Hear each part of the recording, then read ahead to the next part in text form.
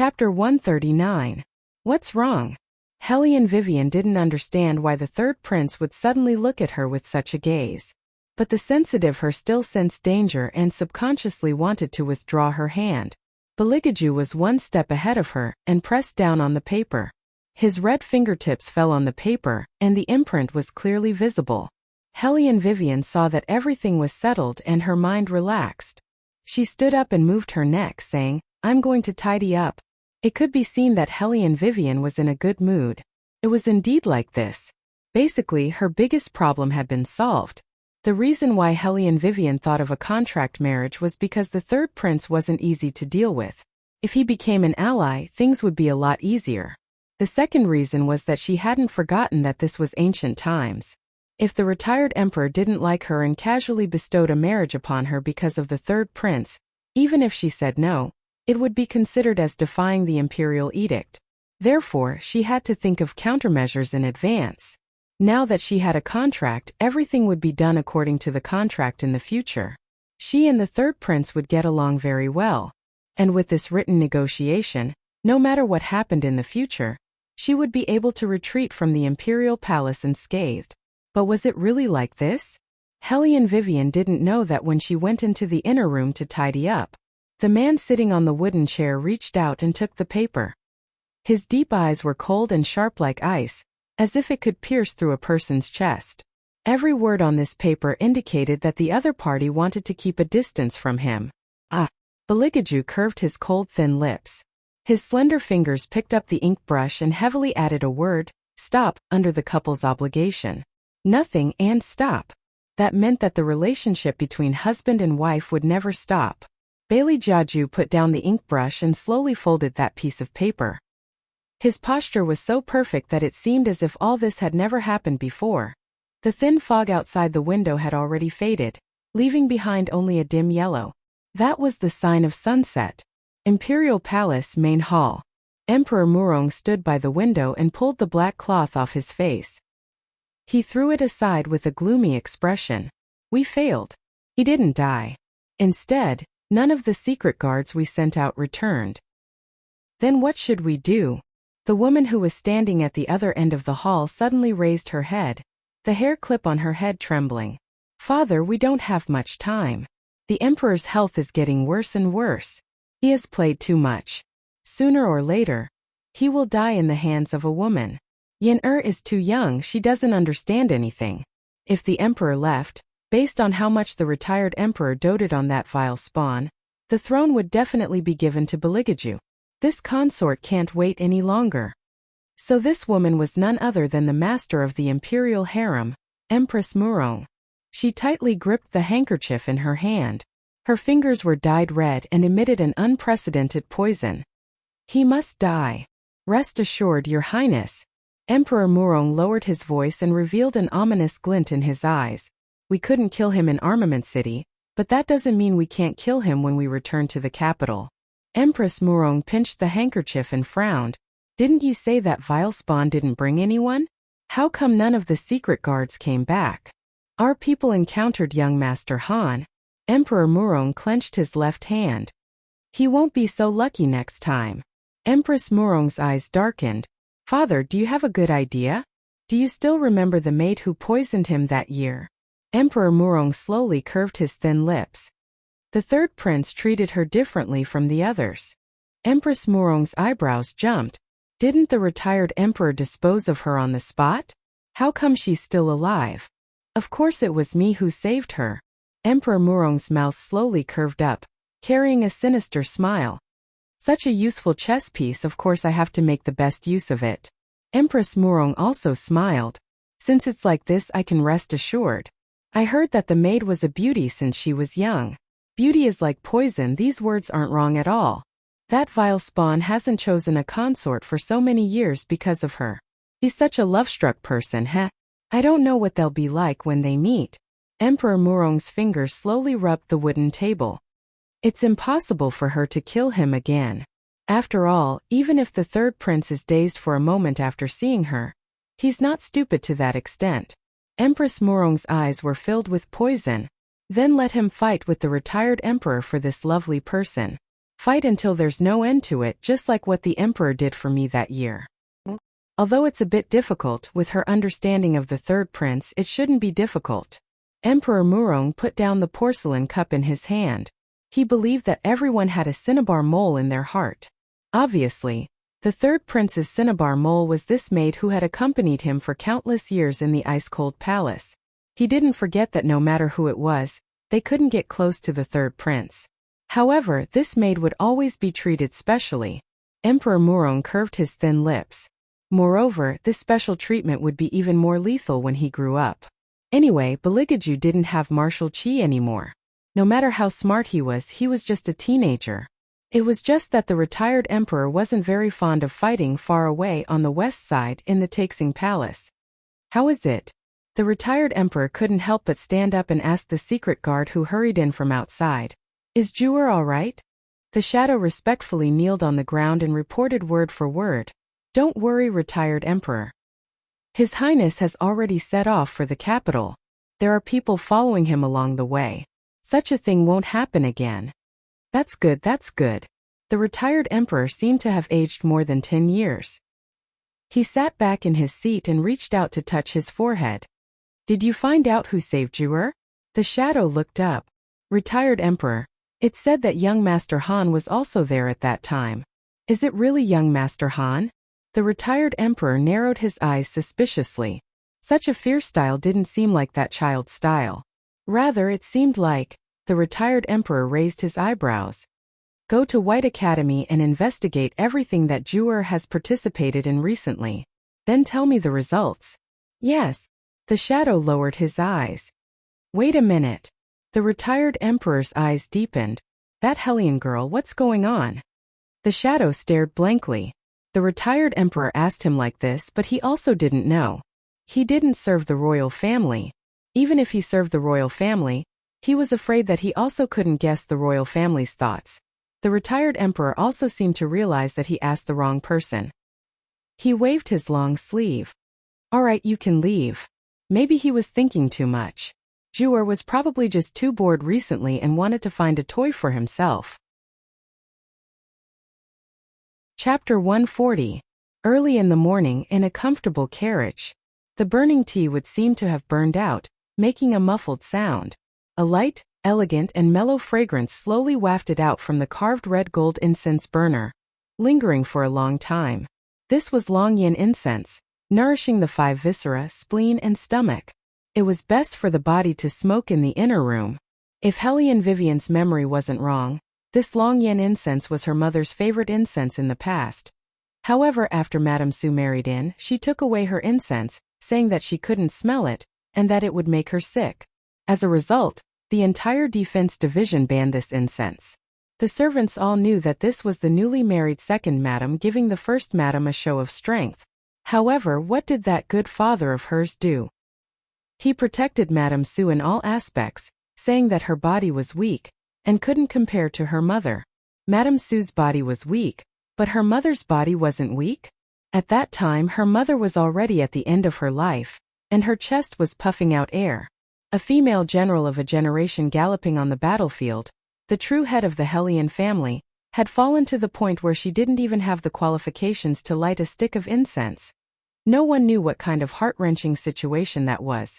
The little Hellion Vivian pinched the corner of her skirt, helplessly watching her own mother live such a pitiful life, but she couldn't do anything.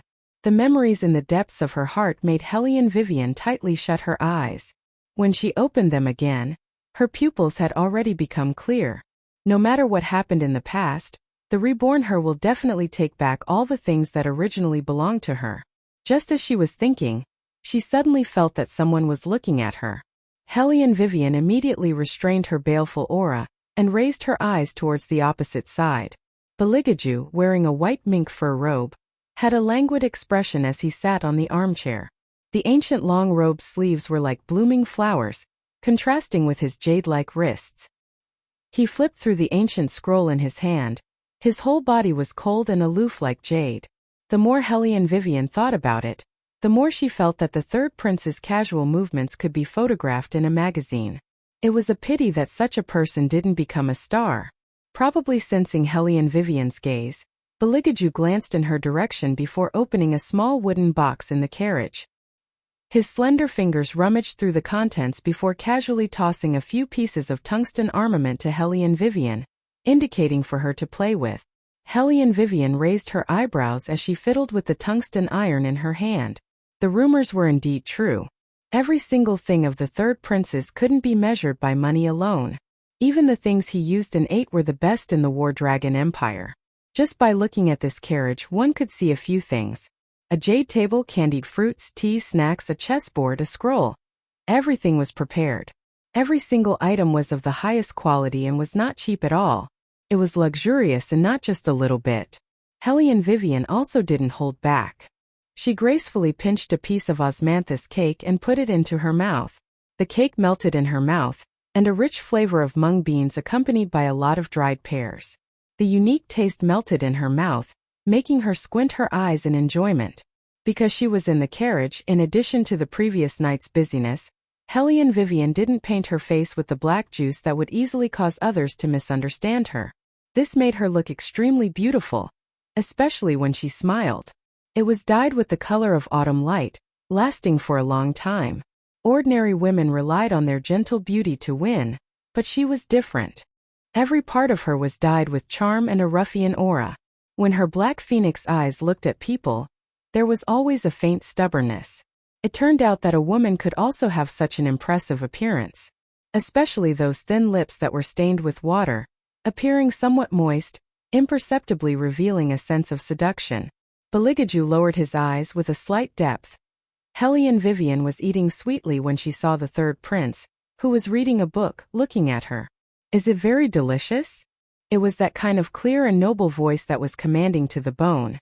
Hellion Vivian thought that the third prince's question was definitely a foreshadowing. What he was going to say next was that a pig like her would find anything delicious to eat. She wouldn't be fooled by him. Therefore, Hellion Vivian was very smart and didn't answer. But what she didn't expect was that the third prince's next action was to hold the scroll in one hand, while the other hand reached out to hold her wrist. Then, he took the remaining half of the osmanthus cake in her hand and sent it into his indifferent thin lips. Hellion Vivian saw this scene and slightly stiffened her body. Why did she feel that the third prince's action was somewhat intimate? Moreover, for him to eat something that she had already eaten. It felt strange. But the third prince still had the appearance of an aloof male god that didn't eat the food of mortals. This made Hellion Vivian unable to pull her hand back for a while. In the past, when she was doing missions in the wild, it wasn't like there wasn't anyone who would take a bite of the compressed biscuits. Perhaps she was just thinking too much. Hellion Vivian was preparing herself mentally when the carriage will seem to have hit something heavy, suddenly swaying. She was holding a teacup in one hand, while the other hand was held by the man. For a moment she couldn't stabilize her body, but she couldn't reach out to the left side to stabilize her center of gravity, because the royal family was sitting there. She subconsciously wanted to avoid the man, but she didn't expect that he would be one step faster than her, and press her entire body into his embrace. A light and elegant man's fragrance immediately filled her mouth and nose, like a lotus flower or snow. It was the same as the smell that occasionally came out of the carriage, quiet and cold. What's the matter? His voice was very light, without any emotion. The person outside the window respectfully replied, "Reporting to your highness, we don't know who put a stone on the mountain road, but it's not a big matter." Beligaju lowered his eyes and lowered his head to look at her. His beautiful peach blossom eyes slid past her eyes and fell on her messy neck. His deep eyes slightly deepened. His hand was placed on her waist that she couldn't help but hold. The temperature of his palm passed through her clothes, warming her body inch by inch. She didn't know if it was intentional or not, but his finger actually slightly rubbed against her most sensitive place. Hellion Vivian felt her entire body tremble, as a numb feeling spread from her tailbone to her four limbs. Bailey Jiaju was naturally aware of her reaction. His eyes flickered and suddenly revealed a shallow, arrogant and evil smile. His deep and magnetic voice carried a metallic texture, just like the sound of a good cello, so sensitive. Hellion Vivian looked up and saw the sun faintly shining on that person's body. The light outlined his perfect figure, both good and evil like a knife or an axe. When he whispered into her ear, The faint sandalwood scent brought along a kind of electric cold. This fellow, he was born to challenge a woman's self-control. Hellion Vivian had already heard that the one who lived in Ghost Palace, as long as he wanted to, he could make any girl melt into him.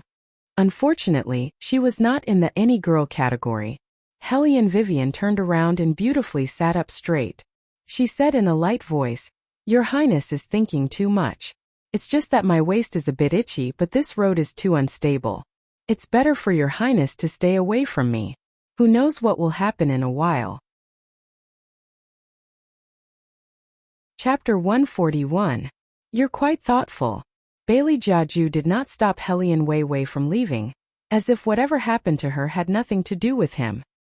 He merely crossed his legs elegantly, one of his fingers slowly, as if rhythmically, tapped on his knee. There was a unique temperament that was a mixture of elegance and indifference between his eyebrows. He looked at Hellion Weiwei lazily, an indescribable feeling in his eyes. There was elegance in his arrogance, seemingly amiable, but not easy to get close to. It made people involuntarily think of a graceful Persian cat, noble, indifferent, and astonishingly bewitching. Hellion Vivian saw his expression and her thin lips raised. She really thought too much just now.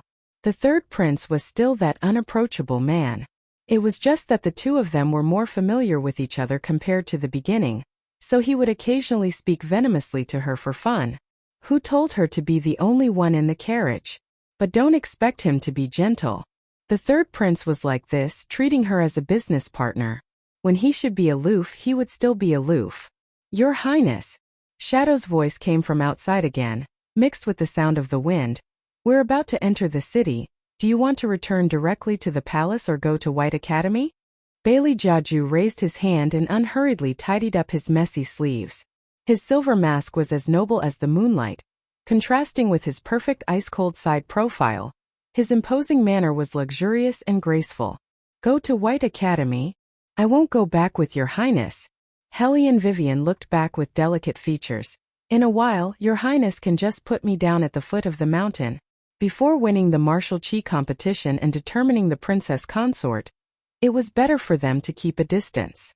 Although she and the third prince had signed a contract, but under the circumstances of not carrying it out, if the people in the academy saw her and the third prince go back together, who knows what kind of trouble it would cause. It was really troublesome. Hearing this, Beligaju's deep eyes deepened. He still had an indifferent appearance, but his thin lips were slightly pursed, adding a touch of coldness. Are you keeping a distance from me? Hellion Vivian paused, but didn't hide it from him. Your Highness is too popular. I'm afraid that those who admire your Highness in the academy will see me as a thorn in their side. It's not as exaggerated as you say. Beligaju glanced at her, and the coldness in his eyes faded a lot. Hellion Vivian packed up her things and didn't forget to reply with a light smile. That's because your Highness doesn't understand the jealousy of women. Like the last time, she had only met the third prince by chance in the spirit forest. After returning, rumors had spread everywhere, and every new student in the academy wished they could strangle her to death. The Hellion Jiao's methods were endless. She just wanted to make her completely disappear from the White Academy. However, sometimes Hellion Vivian really wanted to know who was behind Hellion Jiao and why she could be so unscrupulous. If it was just to protect the Su family, it shouldn't be to this extent. Su family. Hellion Vivian narrowed her eyes, bringing out a surly feeling. Sooner or later, there would be a day when she would get rid of it. However, the problem that needed to be solved now was to properly go to the principal to cancel her leave. At that time, her master had asked for 3 days of leave for her. At that time, she had spent more than half the time fighting with the third prince. Right now, it was already the 5th day, and her master wasn't in the academy. She didn't know how the principal would punish her. Therefore, after separating from the third prince, Hellion Vivian didn't immediately return to the inferior compound. Instead, she went to Tu Sufeng's study. What she didn't expect was that when she went in, her deskmate was also there.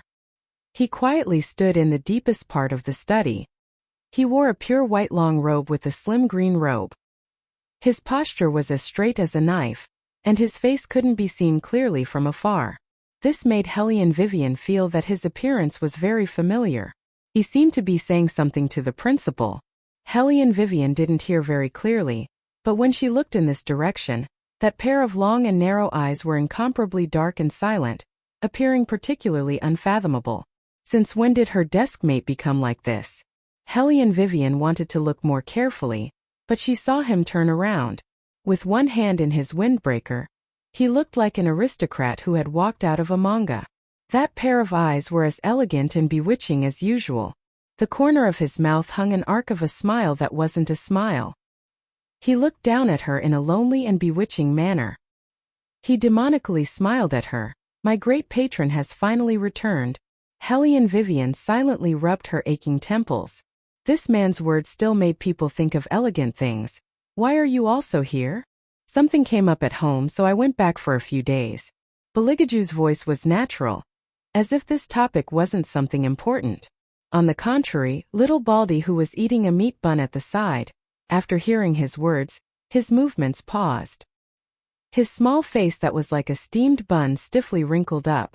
Although he was already used to third brother's pretentiousness, seeing it still affected his appetite.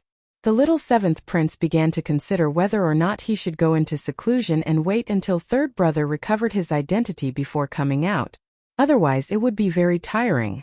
He had to pay attention to what he said and couldn't get too close to third brother. It was all because those people from the superior compound were always thinking of making trouble for third brother. They even set their sights on this time's academy entrance examination, wanting to take advantage of the opportunity to bully third brother. When little Baldy thought of this, he slightly raised his head, held a meat bun, and began to observe a moment of silence for those people. Tu Sufeng didn't stop his previous questioning because of Hellion Vivian's entrance. He warmly curved his thin lips, and his finger pushed up the frame of his glasses that had slid down. He said, "The inferior compound wants 3 people to participate in the academy entrance examination. You two recommend one more person to the superior compound." Hellion Vivian wrinkled her eyebrows. If she didn't remember incorrectly, she only came to cancel her leave. What was this academy entrance examination thing? This is White Academy's rule. There will be an academy entrance examination every year. Yuan Ming's rather ruminating voice came from the fantasy space. Every compound will send 3 people as representatives to participate in the academy entrance examination. However, you inferior compound students have never won. Every time you've all lost miserably. Who told you to be from the inferior compound? If the student with the worst aptitude didn't lose, then there would be no justice. Hellion Vivian raised her thin lips and lazily made an O sound. She clearly wasn't too interested. Tu Sufeng naturally also saw her expression. His eyes swept over the handwriting on the fine writing paper. It was all related to the Hellion family's most famous good-for-nothing introduction. He put both hands on the table and unhurriedly said, "The academy that wins the academy entrance examination will get 100,000 taels of gold and 10 days of vacation. How about it? Do you two still feel that it's not interesting?" Chapter 142. Beligaju looked at him, his thin lips overflowing with evil. "I won't. Who told me to not pay my tuition fees yet? Of course I have to think of a way to earn more money." Cough. Little bald head immediately choked. Holding the meat bun, he stared with round eyes. Even someone as gentle as Tu Sufeng couldn't help but twitch his mouth when he heard this answer. Wasn't this stinking brat too much of a pretense? Hellion Vivian didn't care what was going on with the strange atmosphere in the study. She could find someone to practice with, and she could also earn some vacation time. There simply wasn't a better deal than this. I agree. Hellion Vivian had always been efficient in doing things. However, I don't have anyone to recommend here. Apart from sleeping in class, she was usually only close to her deskmate. She didn't even recognize the rest of the people. I do. Beligaju's eyes were bewitching, his voice indifferent. Just play casually. Just bring a lie along. Little bald head played with all his might, his mouth stuffed with meat bun. He didn't say anything. According to his understanding of his third brother, just play casually. He was referring to crushing one side to death. What's more, he was bringing along Nangong Lai, that great demon king. These 2 people together. In any case, this time he absolutely absolutely did not want to represent the superior compound in the competition. Reality proved that little seventh prince was thinking too much. Although the newly appointed elder of the superior compound wasn't as obvious as Jingwu Wang in his heart, he still firmly believed that to deal with those trash from the inferior compound, they simply didn't need an elite like the seventh prince. Even Murong Changfeng and Helian Jiaoer were used as backup support. As long as there was one expert in the starting lineup, it was enough. There was no need to waste too much time on the people from the inferior compound. On the contrary, he had always wanted to poach the He family's young master from the fine compound, so he had no choice but to pay more attention. As for the rest, he and the other students could casually eliminate them all. Helian Jiaoer's thoughts were the same as the superior compounds. For a martial artist like her to fight with those trash from the inferior compound was simply lowering her own standards. However, what she didn't expect was that Helian Vivian was actually on the list. Shouldn't that bitch be expelled as soon as she returned to the academy? Could it be that Helian Mei didn't do a good job? Helian Jiaoer's eyes darkened. The more she thought about it, the more she felt that other than being arrogant in front of others, her younger sister had no brains at all. She couldn't even do such a simple thing. Helian Mei didn't know how she had offended the Helian Jiaoer. Whenever she saw her, the other party had a cold attitude towards her. Helian Mei was not a good-tempered person. She clenched the handkerchief in her hand and said in an irritable tone, "Second sister, what's wrong with you? Why are you throwing a tantrum as soon as you come back?" "Throw a tantrum?" Helian Jiaoer laughed coldly. "Third sister, if father hears what you just said, you won't be able to study anymore. Why don't you take a look at where you are and speak so unruly?" Although Helian Mei was angry in her heart, she couldn't help but admit that her father had already warned her countless times. If she made another mistake, she might really be expelled from White Academy. When that time came, she could only marry an average-looking master, or even worse. She didn't want to taste that kind of feeling. "Second sister, I'm just anxious." Helian Mei muttered and softened her tone. "I'm afraid I've offended second sister."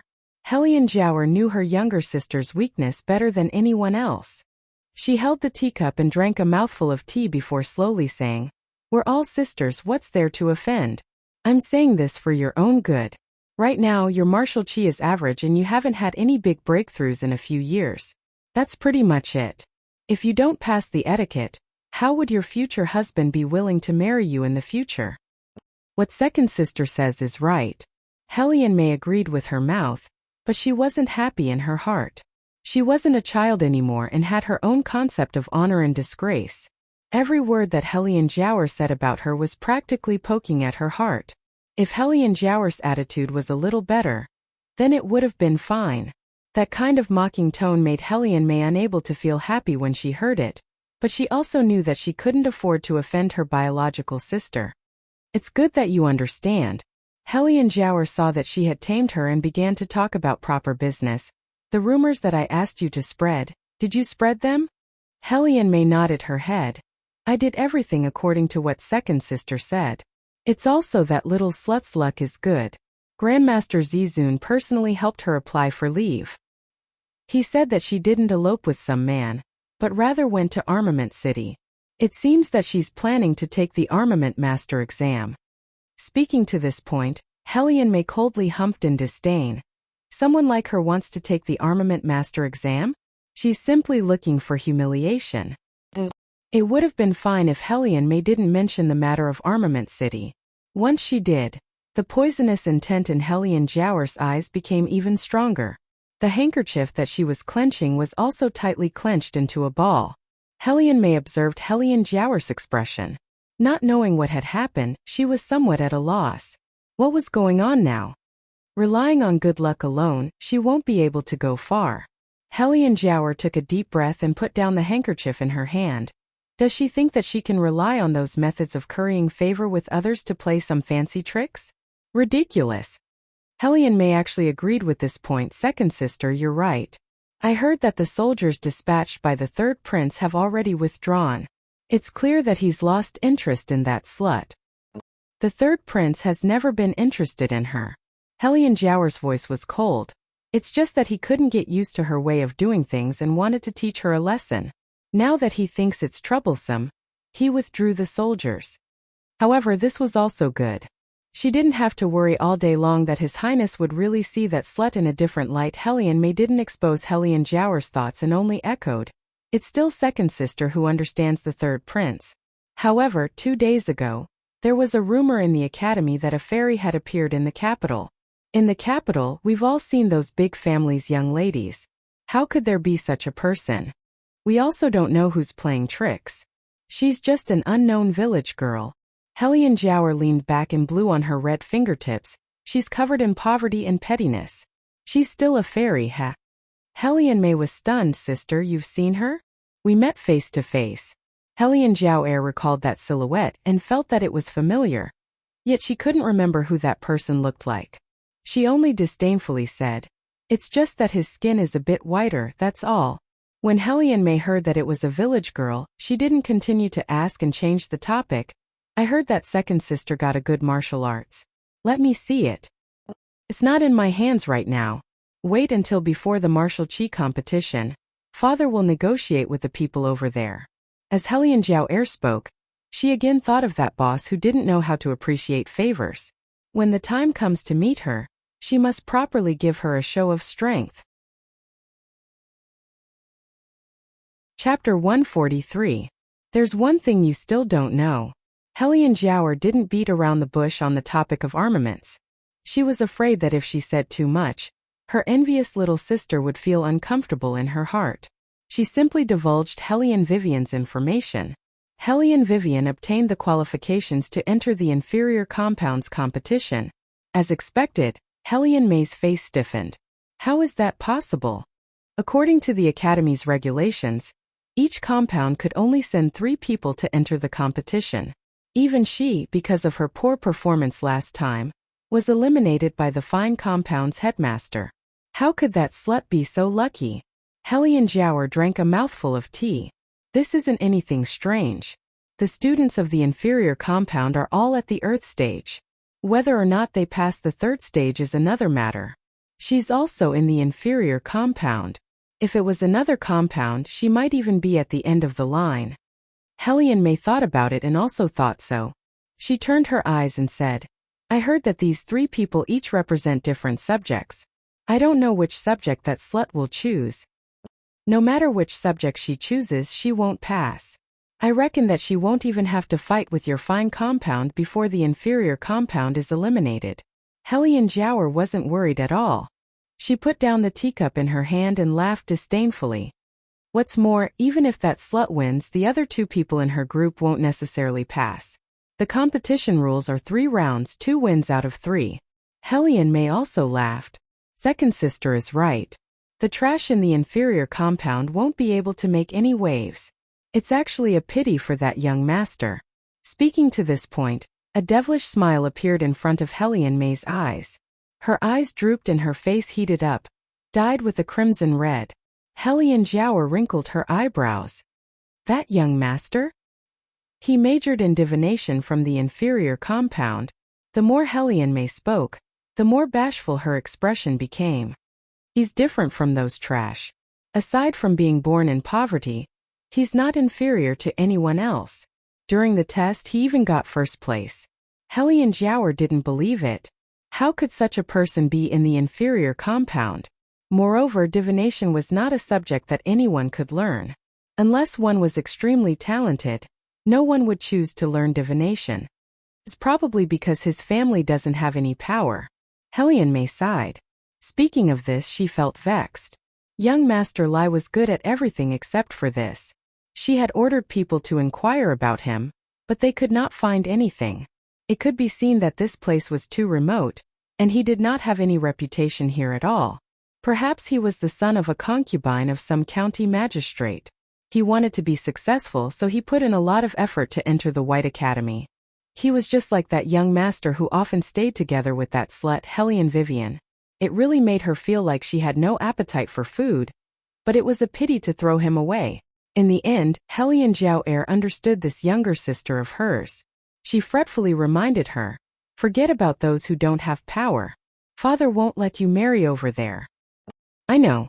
Hellion May clenched her hands. Suddenly, she raised an eyebrow, as if she thought of something. Second sister, if you want me to say, that slut likes to make mischief so much.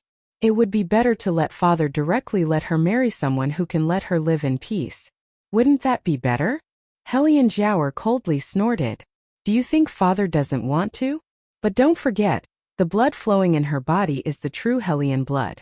If she marries poorly, there will definitely be people who make irresponsible remarks. Second sister, what are you afraid of? How is the current her like the true Helian blood? Helian Mei's pair of eyes shone. Even the elders don't recognize her. Who would still treat her as a descendant? She's just a good-for-nothing. Father giving her a marriage is thinking highly of her. Hearing this, the Helian Jiaoer's mouth followed with a smile. Why didn't I think of this? You're right. The current her simply doesn't have the qualifications to be a descendant. In a moment, I'll write a letter to father and let him quickly get rid of this slut so we don't have to worry about her. Second sister still has a way. Helian Mei bore a grudge against Helian Vivian in her heart.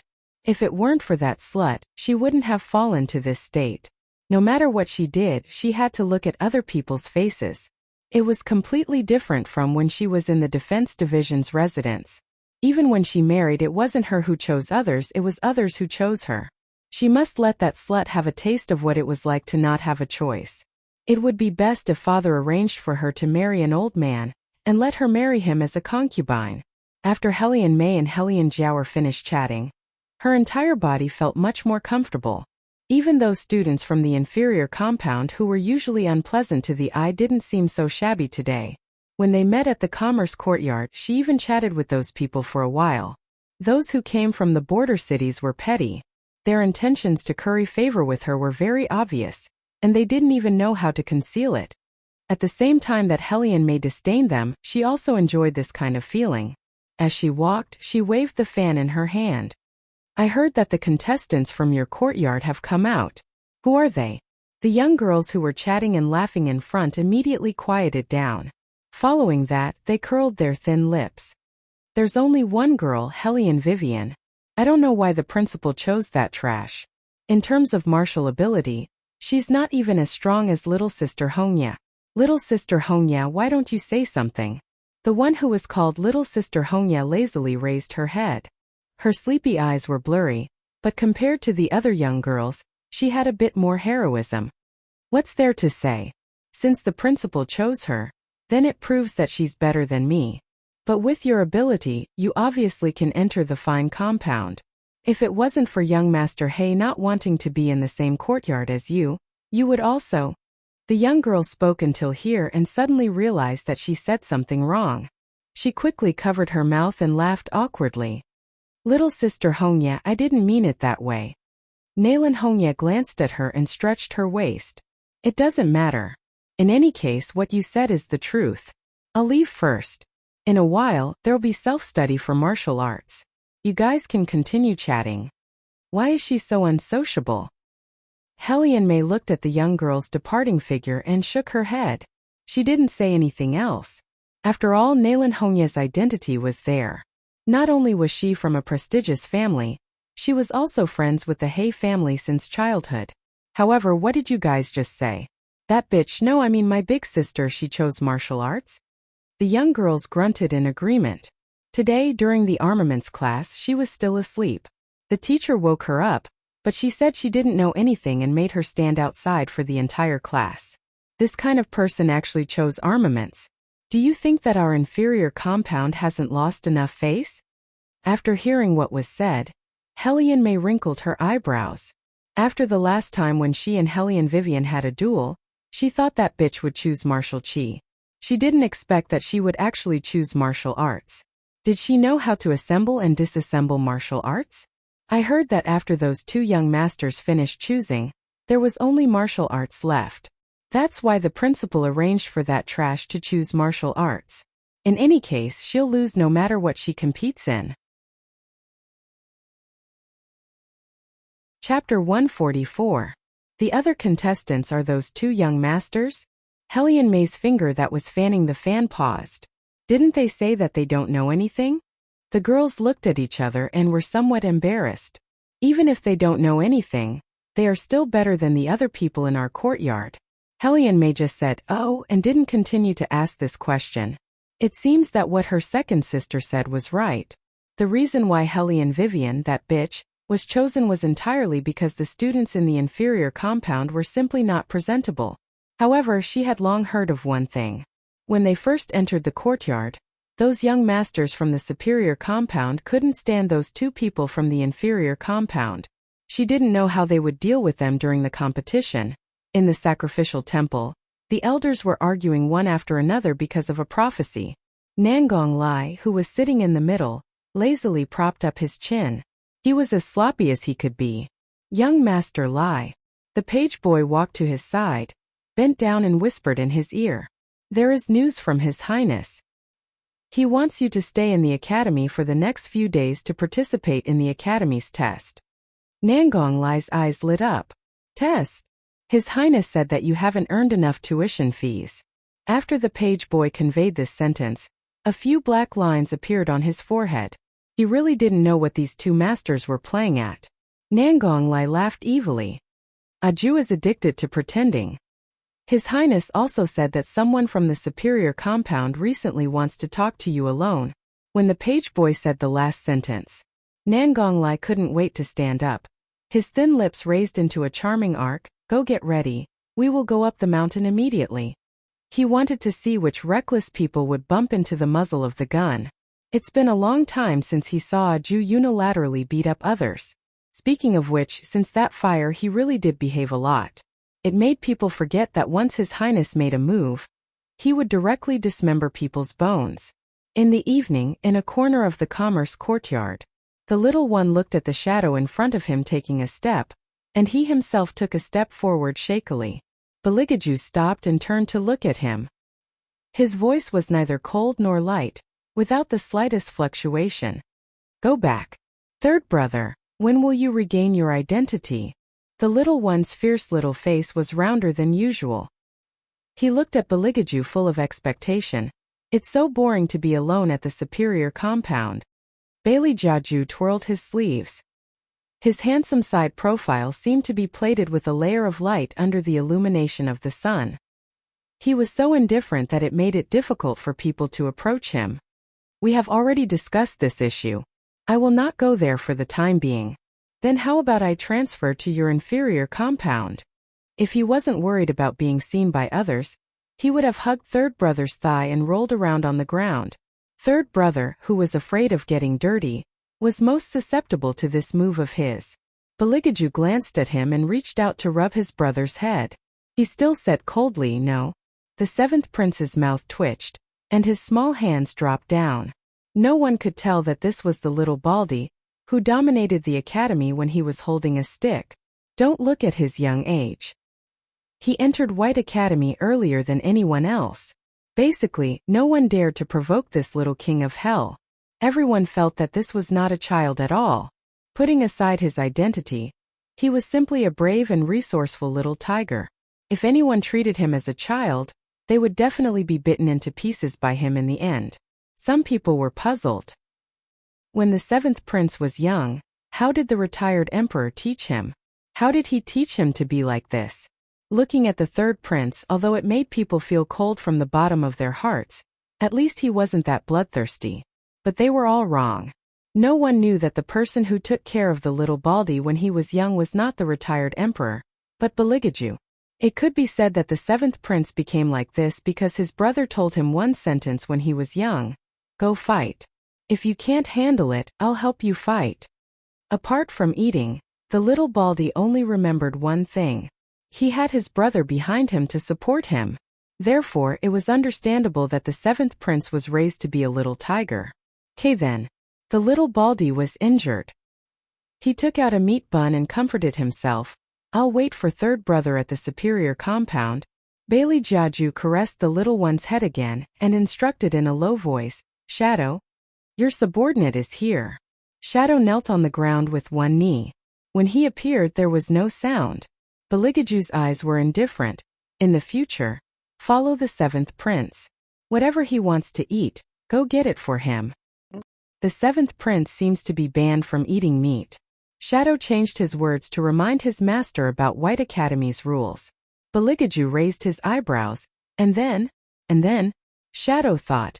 And then, master, shouldn't you be more or less apprehensive?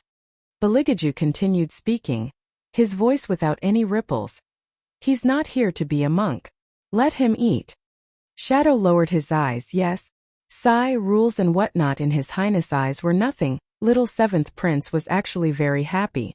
Pulling Shadow, he rushed towards the Commerce Courtyard store. Bailey Jiaju was the only one left under the shadow of the huge tree. He casually walked forward, his ink-like black hair fluttering in the wind. His outer robe was not tied with a belt, so it was draped loosely on his body. His eyelids were half closed, showing countless flirtatious thoughts. However, his facial features were indeed aesthetically pure and noble. Two kinds of extreme beauty were vividly expressed on his body. When he passed through the Commerce Courtyard streets, there would always be girls who couldn't help but look in his direction. Using Hellion Vivian's words, if White Academy had a ranking of handsome men, this deskmate of hers would absolutely be the number one of the number one, steadily becoming the Academy's most handsome man.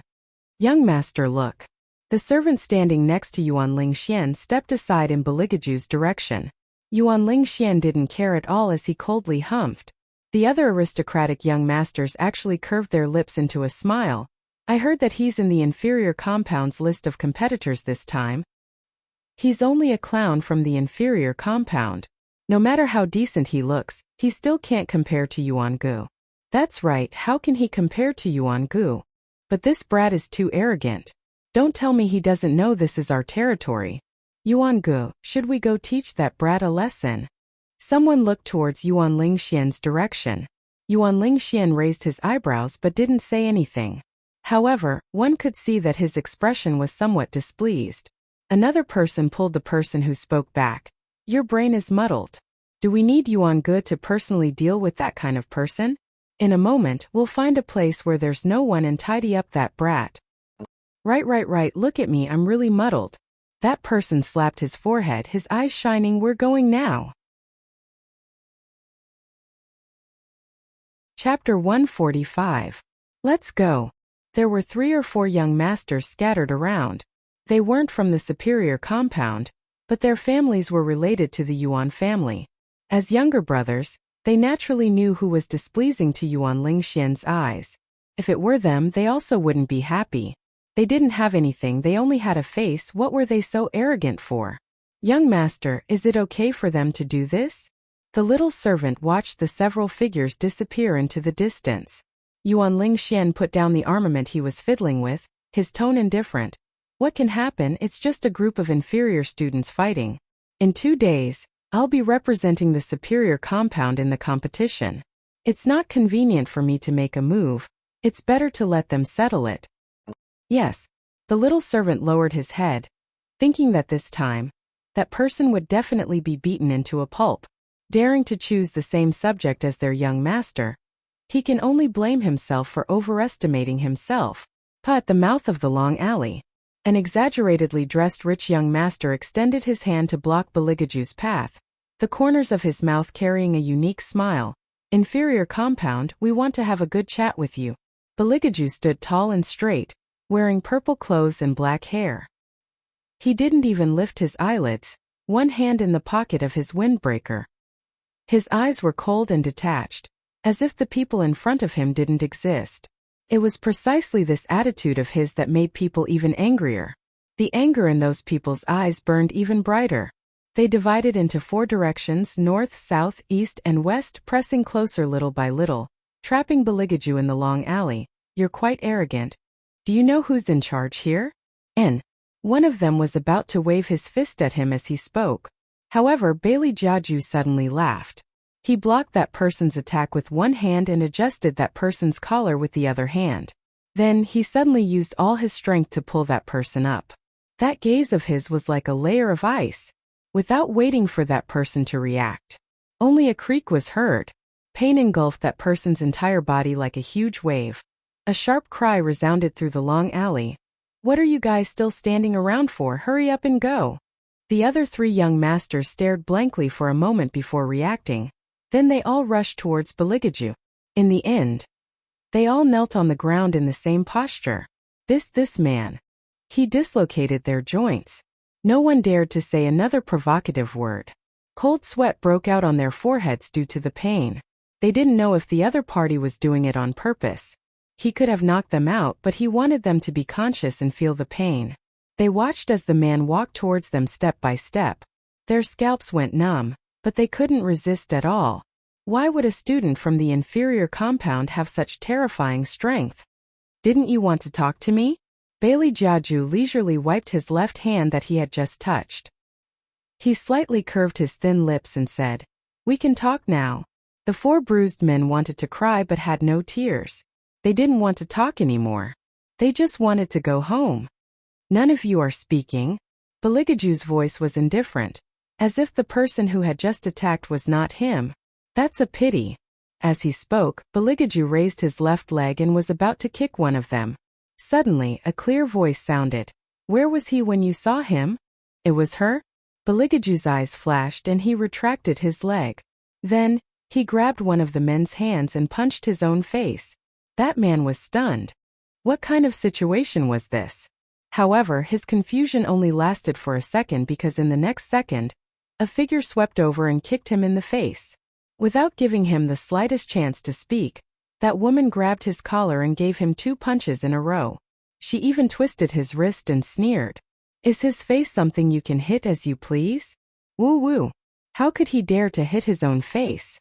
That was clearly the man who had grabbed his hand and swung it at himself. He was also very astonished. What kind of person would hit themselves, bastard? Hellion Vivian frowned. "What are you talking about? He probably feels wronged." Baligaju stretched out his hand and rubbed the side of his face that was beaten. His long eyebrows seemed to be furrowed because of the pain. Coupled with his long and thick eyelashes, it was easy to feel sorry for him. When Hellion Vivian saw this, she gave that man 2 more punches. "You still dare to say that you are wronged? How could you do that to such a beautiful face? Woo! He was really wronged. How could he know that there was such a good actor in this world? This was the first time he beat someone up and beat himself up. What was going on?" Hellion Vivian raised the corner of her mouth. "What? You still don't accept it? The 4 of you beat up one person, what's there to cry about?" That man shouted himself hoarse. "You don't understand at all. No one can understand the pain in my heart. Let him go." Baligaju's cold voice sounded from behind. "It's not good to make a scene in the academy." The other 4 young masters. "You're still afraid of making a scene. If you were fucking afraid of making a scene, you wouldn't have dislocated our arms. You're letting them go so easily?" Hellion Vivian raised her eyebrows. "Aren't you too kind when you do things? Woo." The man in Hellion Vivian's hand was irritated again. "Please, miss, take a good look. How is this mankind? Although he didn't make us bleed, it doesn't mean that he didn't want to kill us. He said it himself when he was beating us up because he didn't like how dirty the blood was." Hellion Vivian lowered her eyes. "You seem to have something to tell me?" That man was about to nod when he saw the man's gaze land on him. It was as deep as the night and as cold as ice. "Go." He swallowed hard and shook his head. "No, I don't want to say anything." Baligaju retracted his gaze and said indifferently, "Since he doesn't want to say anything, let him go. I'm not used to this kind of fighting scene." When the 4 young masters heard his words, they had goosebumps all over their bodies. They had seen liars before, but they had never seen someone who could lie so casually. Not used to it? Who the fuck was it that sent them flying with a single kick just now? He even crushed their elbows. If this woman hadn't appeared, they would have been in a worse state. "Is that so?" Hellion Vivian walked in front of the 4 young masters in confusion. She didn't know that the man standing behind her had a cold look in his eyes at that moment. It was full of warning. The 4 young masters shuddered at the same time. Hellion Vivian's mouth twitched. "Is it that scary?" Although she was a little tan, she wasn't hopelessly ugly. Why did the 4 of them look like they had seen a ghost? Chapter 146. You're not the scary one, it's the king of hell behind you. The 4 pampered sons didn't dare to say anything and hugged each other tightly. They only had one thought in their minds right now. Who could take away that seemingly indifferent and harmless, Yet when it came to fighting, he would take away their lives. The key was that they couldn't even figure out his tricks. After beating someone up, he still had an expression that said, "Someone bullied me. Come and protect me." What was going on? They were the ones being beaten up, okay? Don't you think that they're a little weird? Hellion Vivian smiled faintly and looked back at Beligaju. Beligaju brushed the non-existent dust off his body and frowned. Weird. The group of people's expressions changed as they shouted, "No, we don't blame you." Hellion Vivian curled her lips in amusement. How can you answer your own question like that? The young masters wanted to cry but had no tears. They didn't want to, but look at the man standing next to you. His gaze was so cold, as if he would take their lives if they said one wrong word. All right. Beligaju rubbed his forehead as if he couldn't bear the pain on his cheek. Let them go back. Hellion Weiwei grunted and casually threw the person in her hand away. She looked at those fleeing silhouettes, then looked at Bailey Jiaju's slightly flushed face. It hurts a lot. A little. Beligaju calmly replied, I can't handle 4 people by myself. Hearing this, the young masters in the distance slipped heavily. Liar. This person is lying again. He clearly beat them up to the point that even their parents couldn't recognize them, but he's still pretending. I need to apply something to reduce the swelling. Hellion Weiwei lifted that face with her finger and looked left and right. She did not have the slightest bit of bashfulness of an ordinary girl. She slightly frowned and said, How did you hit him with such strength? I always feel that the point of contribution is a little strange. Beligaju's eyes flashed. She didn't know if it was intentional or not, but he blocked her hand. With a devilish look in his eyes, he said in a casual tone, What? Is your heart aching? Hellion Weiwei smiled and flirted back. No matter what, you're still under my protection. Let's go. Let's deal with your injuries first. Then we'll talk about what happened today. Beligaju nodded faintly. When Hellion Vivian turned around, he took the white handkerchief he used to wipe his hands and threw it into the trash. His face was cold and aloof, which was unfamiliar to Hellion Vivian. That was the real him. Legend had it that he had lived in seclusion for 10 years, and would not step out of the Ninefold Palace unless it was absolutely necessary. He would only appear occasionally in some conversations of the royal. Fortunately, White Academy had a specialized doctor who could treat people. That doctor had probably never seen a new student with such outstanding looks like Beligaju. His aged hands were shaking. Hellion Vivian leaned against the wooden medicine cabinet and casually flipped through the herbs. She looked at the man's handsome face that gradually sank. She took the iodine from the doctor's hand and dipped it in a white handkerchief. She pinched the corner of the handkerchief and gently applied it to Beligaju's face. The sun shone on her body and her whole body was covered with a golden halo. If this action was done by other girls, it would inevitably carry a trace of ambiguity. But Hellion Vivian didn't have this kind of feeling. She kept the distance just right, not too close and not too far. Especially her eyes, there was a special laziness in her smile, as if she was doing something very ordinary. It's done. Hellion Vivian took back the handkerchief. Beligaju didn't stop her. He was obviously used to being served by others. But that pair of dark eyes slightly raised when Hellion Vivian took back her hand. Hellion Vivian gave everything to the doctor and smiled as before. It's just a bit of iodine. There shouldn't be a need to pay. The doctor was dumbstruck when he took the things. Only when the 2 people walked out did he come back to his senses. He was angry in his heart. Who said there wasn't a need? The people who found people to block you were those young masters from the superior compound? Hellion Vivian didn't beat around the bush and directly said, Because of the competition this time? Beligaju faintly grunted and rolled up his sleeves. His appearance was neither fast nor slow. His figure and side face were both impeccable. Walking in the crowd, he was like an expensive oil painting. From time to time, people would turn their heads to look at him. It wasn't an exaggeration at all. Hellion Weiwei felt that this environment really wasn't suitable for discussing proper business. She simply turned her head around and heaved a long sigh. Next time when you go out, you should wear a mask, just like Third Prince. When he heard the 2 words mask, Beligaju's fingers paused. Seeing that Hellion Vivian didn't have any other intentions, he lightly opened his mouth. The academy has a rule that students can't wear masks. Hellion Vivian raised her eyebrows. You still care about the academy's rules?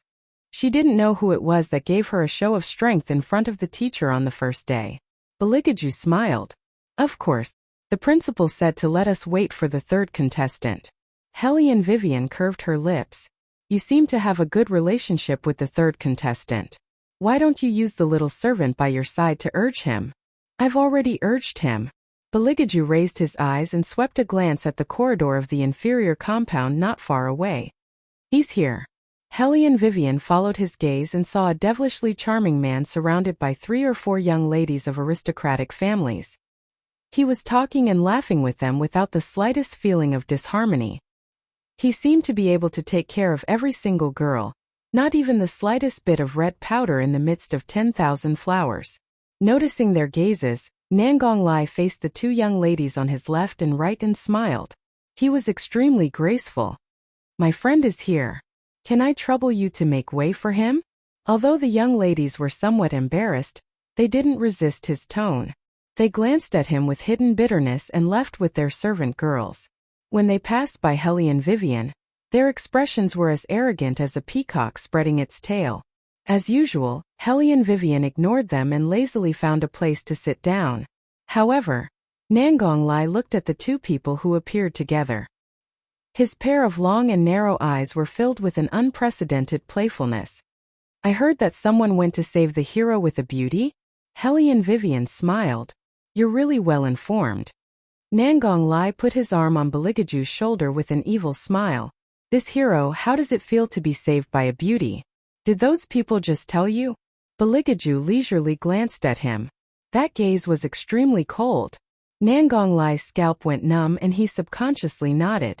Before he could react, he heard the man's unique voice. How do you feel about using your body to get information from a woman? Chapter 147. Puffed. Hellion Vivian couldn't control herself and let out a light laugh. Nangong Lai's entire body was choked. That devilishly handsome face alternated between red and white. It was enough to see how stifled he was. That's why it's best not to compete with a certain person. If you're not careful, you'll get yourself into trouble. You chose divination and he chose martial qi. Hellion Weiwei stretched lazily. The dean wants us to discuss who will be the first to go on stage. It doesn't matter. Nangong Lai leaned against the pillar behind him. When his gaze swept past Baligaju's side profile, he unexpectedly raised his eyebrows. Nangong Lai didn't care and Baligaju didn't care either. He casually stood there with his tall figure. Up to you. Hellion Vivian used to feel that she was unorganized and undisciplined. After seeing these 2 today, she realized that she could still be considered a good student. But, the matter of who will go first, then I'll decide. The divination will take a long time, so the divination will go first. The 2 of us can still sleep below. Then I will go first and martial qi will go last. Is that okay? Hellion Vivian once again wanted to show her democracy. Nangong Lai shamelessly muttered. I also want to sleep below. Thinking about it, how cool would it be to sleep in a row during a test? Among the 3 of you, only you don't need physical strength. Hellion Vivian curved her lips into a smile. Do people who don't need physical strength need to sleep?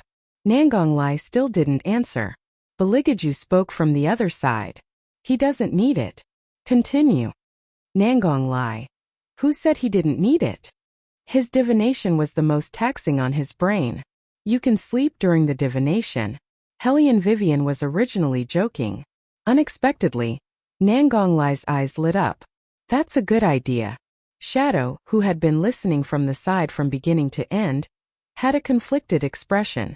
Were the 3 of them going there to compete or to sleep? No matter what, for the sake of the prize money we have to win.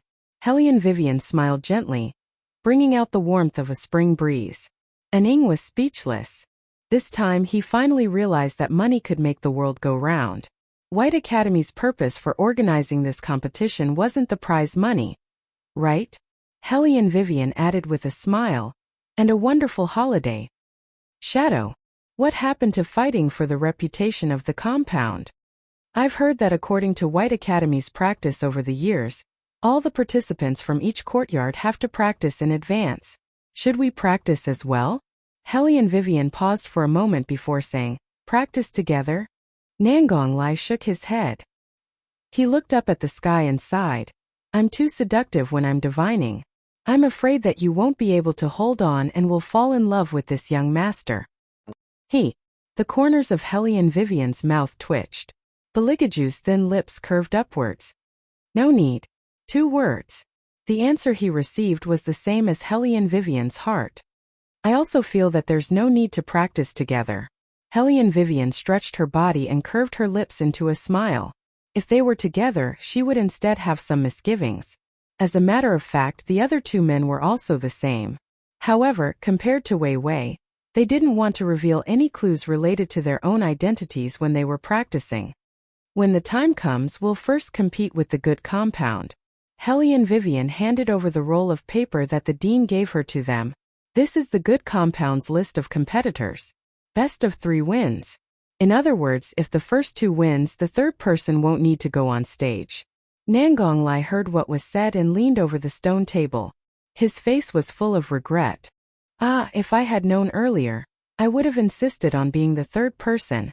That way, he wouldn't even need to go on stage. When facing the superior compound, the competition system will change. Hellion Vivian raised her eyebrows. It's designated by the compound. Divination is placed in the 3rd position, which is the complete opposite of the previous position. However, we need to win against the good compound and the fine compound to be able to face the superior compound. Then it really will be a rather long competition. Nangong Lai reached out and twirled his long hair. His phoenix eyes slightly raised, carrying a different kind of pondering. Beligaju picked up the porcelain cup in front of him. Indifferent and otherworldly, his posture was graceful, and he had a strong aura of self-restraint. Not necessarily. Not necessarily? You feel that we can't win? Nangong Lai frowned. That shouldn't be the case. Although everyone said that the Hellion family's young miss was a good-for-nothing, based on his observations during this period of time, she wasn't that simple. Bailey Jiaju tidied up his sleeves. The light in his eyes was cold as he glanced at Nangong Lai. Not necessarily for a very long time. Nangong Lai was stunned. Only now did he react. He misunderstood the other's meaning. You're saying that we can definitely face the superior compound, and that we won't need that much time to deal with the good compound and the fine compound? After Nangong Lai silently confirmed it, he leisurely added another sentence. You're saying this, but have you considered the thoughts of those people from the good compound and the fine compound? Your Highness, you're only a student from the inferior compound. Even if the truth is like this, you still can't be so arrogant. However, I like this proposal. Nangong Lai smiled unrestrainedly and said to Hellion Vivian, then it's settled. The first 2 matches will be a quick and decisive battle. Hellion Vivian sat with her legs slightly crossed. Her face didn't change much. From beginning to end, her thin lips carried a light smile that made people feel comfortable. The proposal isn't bad. However, the good compound and the fine compound aren't as easy as you think. At the very least, when you charge into the fine compound, there's the He family's young master blocking. It won't be easy. He family's young master. Nangong Lai first glanced at Beligaju, then turned his head meaningfully. He faced Hellion Vivian and said, it seems that you have a very high opinion of him. Hellion Vivian didn't even raise her head as she looked at the scroll of paper. She replied, he really does make people pay attention to him. I feel that he's even more powerful than some people from the superior compound. Oh, so that's how it is. Nangong Lai dragged out his tone. His eyes looked towards Beligaju's direction. Beligaju's face didn't change in the slightest. Only, his hand that was hidden under his long sleeves was slightly sluggish. Even the cup of water in his hand rippled with layers of water. That pair of originally gentle eyes also carried a hard-to-detect iciness at this moment. Nangong Lai saw that he was sitting so steadily. He felt that it wasn't chaotic enough and added another sentence. So you're saying that you quite admire him? You could say that. Hellion Vivian's finger tapped on the list of opponents to pay attention to and pushed forward a bit. Originally, she wanted the man sitting across from her to look at the young Master Yuan, he would be facing in the future. However, when she came into contact with the man's pair of eyes that were as cold as ice, she couldn't help but stare blankly for a moment. "What's wrong?"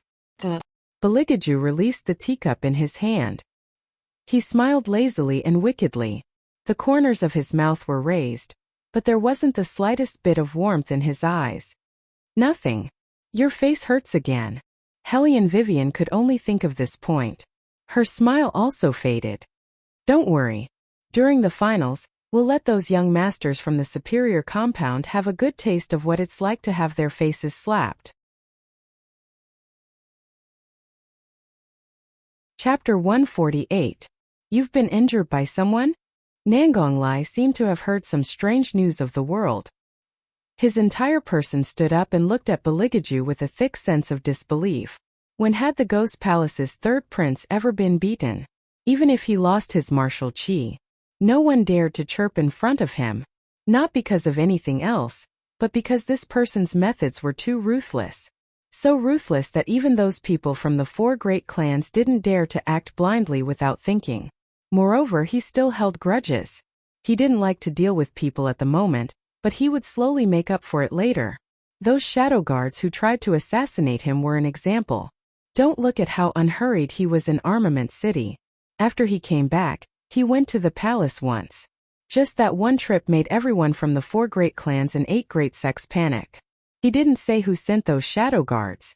He just said that among these people, he brought up the evidence, making those people dumbstruck and speechless. They could only look on helplessly as he investigated them one by one. Every time he investigated a family, there would always be some other matter exposed. The clan leaders of the 4 great clans had no choice but to spend more money to take care of this. What they wanted was face, and they were from a prestigious family. If some things were known by the people of the capital, they would inevitably become the common people's after-dinner joke. That was simply more unbearable than letting them suffer a beating. Now they didn't even dare to go to the brothel, afraid that third prince would be unhappy and directly send people to block them in bed. Don't say that the cold and aloof third prince wouldn't do this kind of thing. So far, there were already 2 elders who had been investigated by him like this. They were investigated until they had a psychological shadow. Now they couldn't get hard in front of anyone. Thinking about it carefully, originally when they were happily doing that thing, it was the moment when the men were most enjoying and most unguarded. But at this time, a knife suddenly appeared above their heads, and there were also countless shadow guards standing in the air. They didn't touch a single hair on their bodies, only gazing at them with lingering gazes. But as long as he thought of that scene, Nangonglai's hair stood on end. That's why he believed that this kind of man would be beaten. Even if you beat him to death, he still felt that it was impossible. There must be some conspiracy.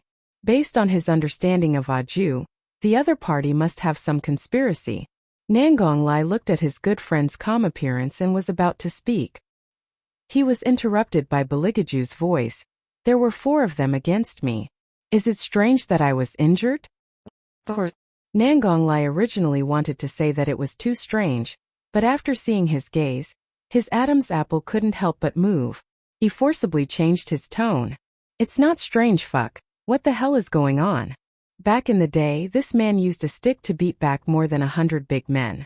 After the beating, he even said not to look for him for such things in the future, and that it was a waste of his sleeping time. Now that there were only 4 of them, they couldn't beat him? Who would believe such words? What's more, he had already recovered his martial chi. That was because he was too lazy to expand his martial chi shield. Otherwise, as long as he moved his fingers, those people would instantly lie flat on the ground. What was he pretending to be? He even injured himself? From Nangonglai's point of view, no matter how he thought about it, that so-called injury was deliberate. When Hellion Vivian went to get something midway, he couldn't bear it anymore and asked his good friend sitting beside him in a low voice. "The injury on your face shouldn't have been caused by you, right?" In order to use the trick of injuring himself in front of Miss Hellion and disguising himself, it was too much like something this two-faced man would do. It wasn't. Beligaju put down the porcelain cup in his hand and leaned back, indescribably languid and apathetic. The fist was someone else's. Nangonglai deserved to be called someone who had stayed in front of third prince for a long time. With one sentence he understood the other party's meaning. The corner of his mouth slightly twitched a few times. Okay, from a certain point of view, he indeed didn't hit himself. He only pressed someone else's hand and touched his face. Those people shouldn't have exposed your matter, right? Nangonglai smiled. After fighting with you, they'll definitely feel that they had eyes but couldn't see.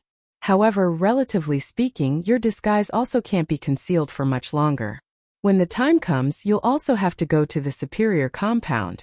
Relying on the inferior compound's conditions, you won't be able to withstand those shadow guards who continuously want to assassinate you. Baligaju only curved his thin lips, demonically cold to the bone. They won't dare. It's not that they won't, it's that they won't dare. It seems that Aju must have given the other party an unforgettable lesson. Sigh, pitiful little young masters, obviously there were two of them. Of all the people they could have picked, they just had to pick Aju. Picking Aju wasn't as good as picking him. At the very least, his methods were still relatively gentle and wouldn't leave a shadow. He reckoned that right now, those little young masters were hugging each other and crying bitterly. Nangonglai's guess wasn't wrong. Those four pampered young masters really were in so much pain that tears came out, but they still didn't dare to tell Yuan Lingxian the truth. They were afraid that Yuan Lingxian would think they were too useless and disdain to use them again. They also couldn't tell the truth. If they told Yuan Lingxian that the new student from the inferior compound was very strong enough to be on par with you, they reckoned that not only would young Master Yuan not feel happy about their honesty, he'd even give each of them a kick, kicking them all out. Moreover, even now they still couldn't forget that man's gaze. That kind of demonically cold from hell. Just experiencing it once was enough. They really didn't want to provoke that king of hell again. Therefore, when young Master Yuan summoned them, the majority of what they said was false. Originally, the four of us could have knocked him down. We don't know why, but Hellion Vivian went later.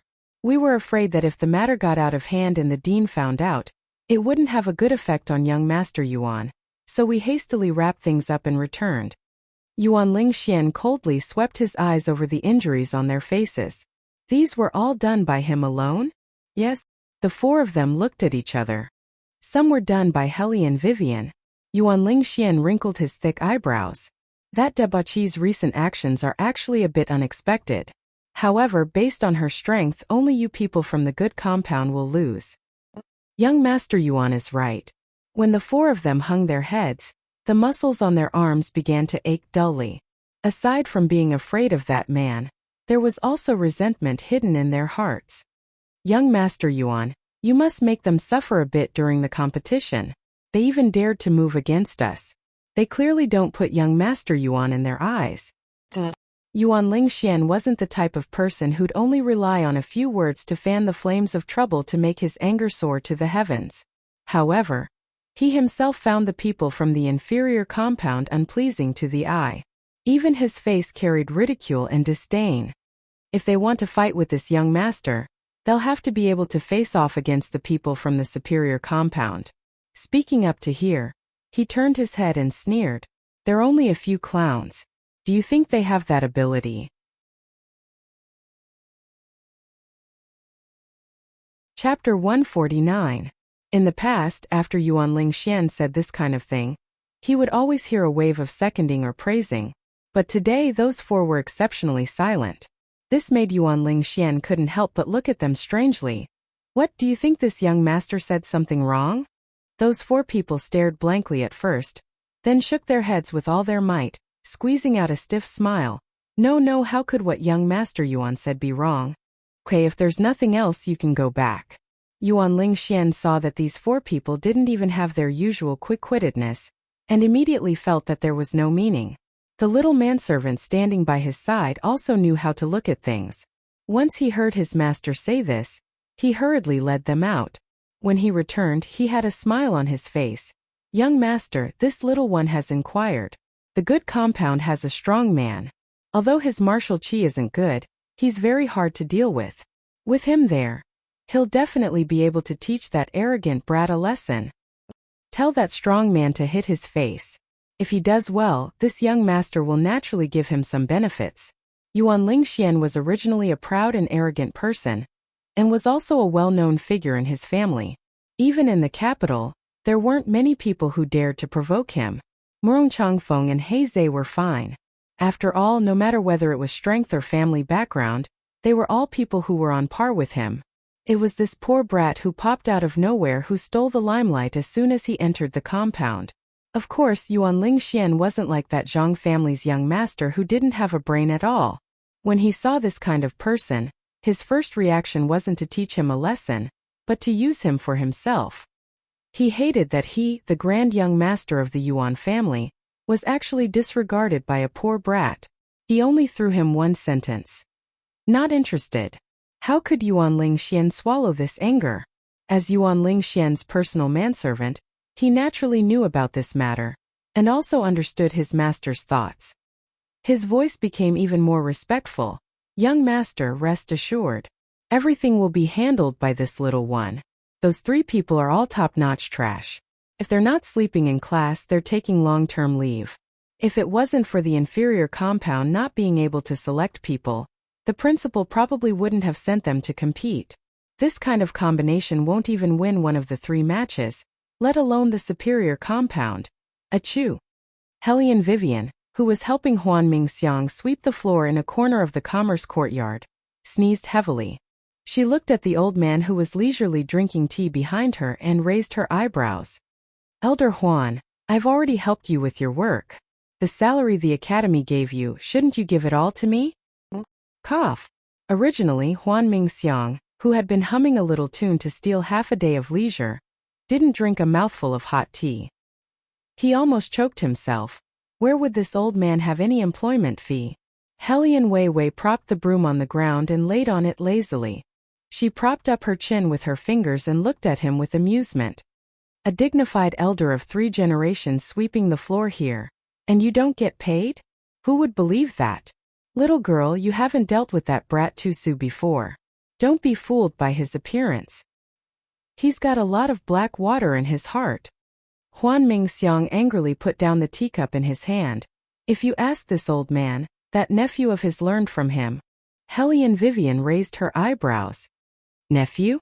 It's that icy brat who wears a mask all day and pretends to be mature. Hellion Vivian finally understood. The royal family had definitely offended Elder Huan in some way, which was why every word he said was related to his profession. When she heard it before, she didn't feel anything, but now that she was preparing for a contract marriage with that man, when she heard it again, she felt strange in her heart. Right, I heard that you want to represent your inferior compound in the competition. Huan Mingxiang stroked his beard and laughed. This is also good. It's time to let them see your strength. It'll also let you make a name for yourself before the martial qi competition. Hellion Vivian rubbed the bridge of her nose and lightly laughed. My competition isn't martial qi? Not martial qi? Huan Mingxiang was dumbstruck. Is it because that brat Tusu didn't choose you? In a moment, this old man will go find him and have a talk. How could that brat listen to rumors? Truly hateful. Hellion Vivian's tone was indifferent. It wasn't decided by the principal. It was each of the 3 of us who chose it. She didn't care. Even if it was divination, which she didn't know anything about, she still had Yuan Ming and Xiao Bai to help her in the Xuanhuan space. It was just that if it was martial cultivation or martial qi, her chances of winning were higher. Now that she thought about it, the 3 of them seemed to be a bit too casual. Just like that, you choose one, I choose one, and the competition was set. The main thing was that the principal was too indulgent. He said that as long as they agreed to compete, they could do whatever they wanted. To tell the truth, this was the first time Hellion Vivian had met such an open-minded principal. You guys chose it yourselves? The more Huan Mingxiang listened, the more unreliable he became. Then who chose martial qi? Hellion Vivian bent down and swept the floor, her ankles revealing heavy buckles that were hard to detect. She indifferently replied, My desk mate. You have a desk mate? Huan Mingxiang exposed a shocked expression. Haven't you always been a loner? The corner of Hellion Vivian's mouth twitched. Everyone who goes to class has a desk mate, okay? Hearing this answer, Huan Mingxiang still felt dissatisfied. If it was you who chose martial qi, you guys would definitely win. This old man dares to tell you that aside from that little baldy from the superior compound, there are very few people in this white academy who can beat you. Little baldy. Hellion Vivian's fingers paused. Her eyebrows lightly smiled. Seventh prince is so powerful? Huan Mingxiang humphed twice. Isn't it that icy brat who taught him? A perfectly good little milk baby was raised like a little tiger by him. Last time, the little tiger even delivered meat buns to this old man. Early in the morning, it stood outside and called me with all its might. It was so noisy that this old man couldn't even sleep. It seems that Elder Huan really likes Seventh Prince. Hellion Vivian and the old man had been in contact for a period of time. If it was someone he really hated, he definitely wouldn't let the other party find him, let alone have the opportunity to disturb him. Huan Mingxiang stroked his beard and smiled. He didn't deny it. This old man still feels that there's a problem with your arrangement. If it was you competing in martial chi, you guys could at least win one round. How about the strength of the other two people, do you understand? Wait until the competition starts, then I can slowly understand. Hellion Vivian stared blankly for a moment, then gently smiled. Huan Mingxiang. That means you still don't understand. You don't even know their strength, yet you decided on the competition for each of them? Huan Mingxiang was a bit dizzy when he heard this. When did White Academy's biggest competition become so unimportant? In the past, the students of the inferior compound clearly worked very hard to win. Hellion Vivian supported her forehead. She was actually speechless towards the old man's question. Carefully thinking about it, they really were like this. Chapter 150. What our team values is freedom of expression. Hellion Vivian thought for a long time before finally saying a satisfactory answer. After all, she still wanted to win.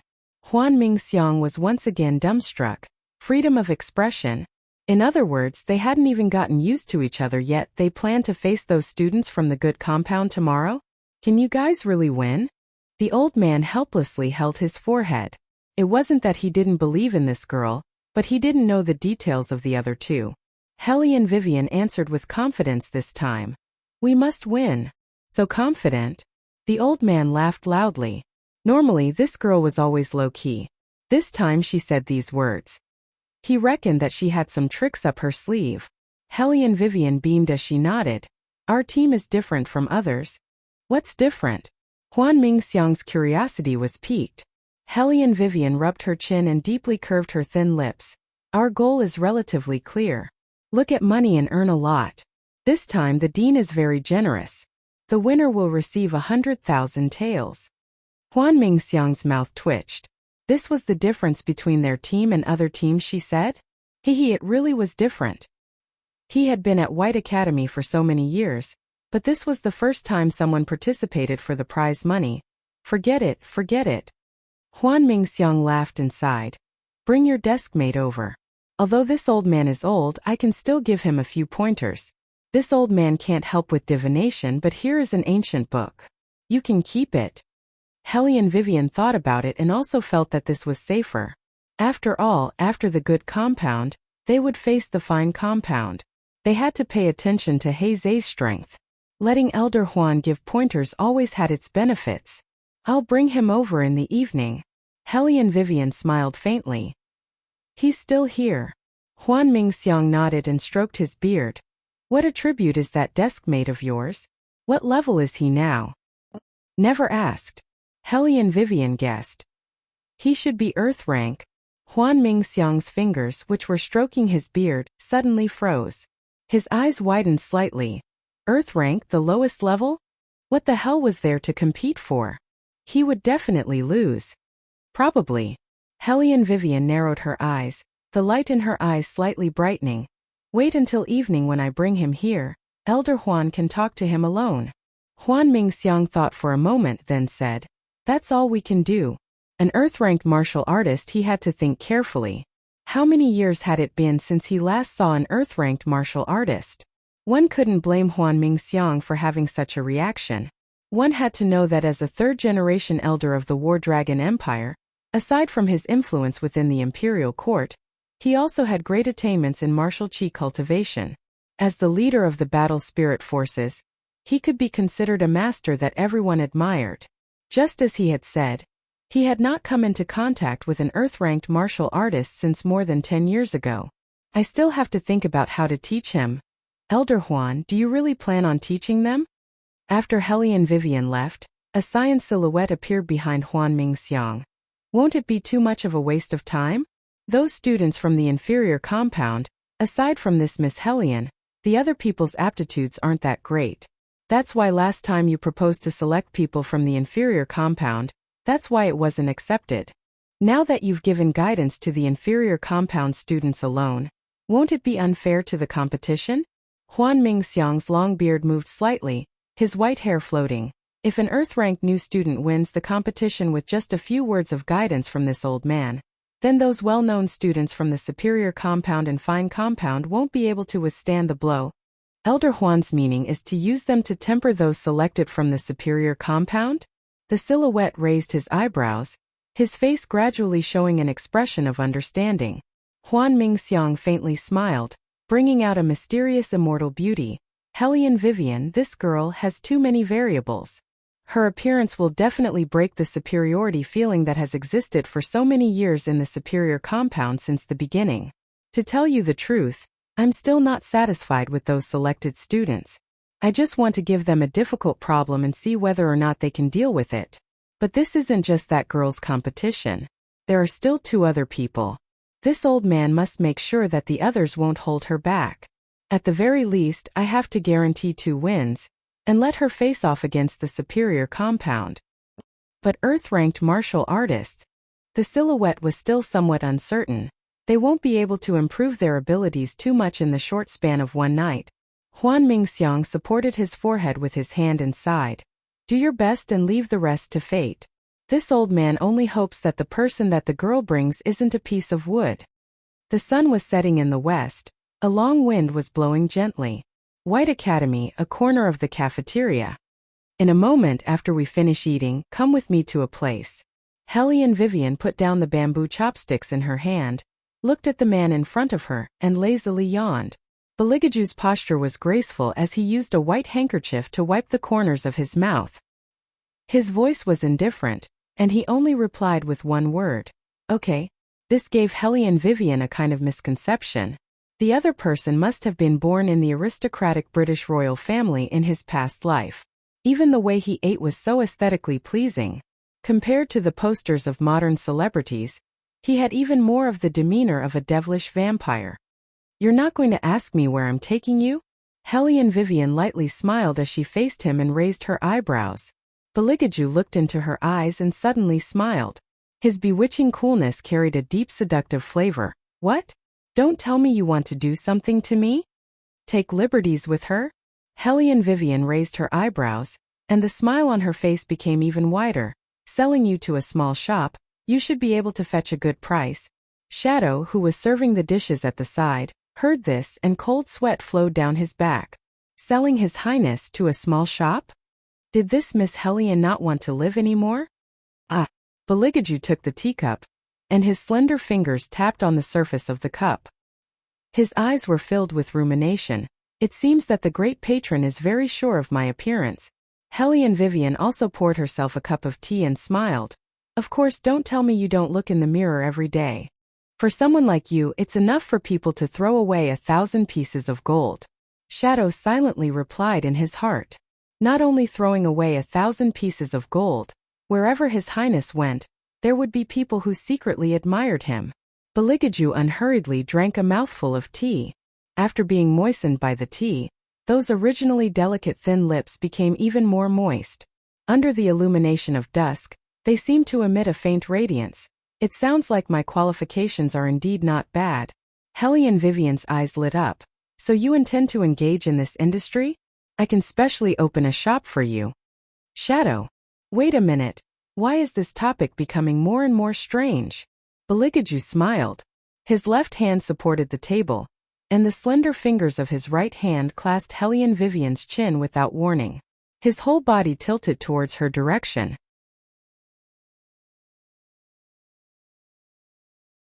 Chapter 151. This action was completely unexpected to Hellion Vivian, so when that handsome face that was enough to bewitch any girl approached, her heart skipped a beat. However, Hellion Vivian's face didn't show any expression. She didn't even flinch. Her two legs were slightly crossed, and her clear phoenix eyes looked straight into the other's eyes. Her smile didn't diminish in the slightest. On the contrary, the other students who were also eating uniformly looked in their direction with different expressions on their faces. Master. Shadow stood at the side and weakly reminded. He only hoped that His Highness wouldn't flip out on the spot and smash the school cafeteria. However, Beligaju only maintained that posture with a smile that wasn't a smile. He slowly moved closer to Hellion Vivian's ear and said in a low and sexy voice, "If the honored guest is you, I can actually consider selling my body and not my skills." Hellion Vivian's ears heated up. She reached out and pushed him away.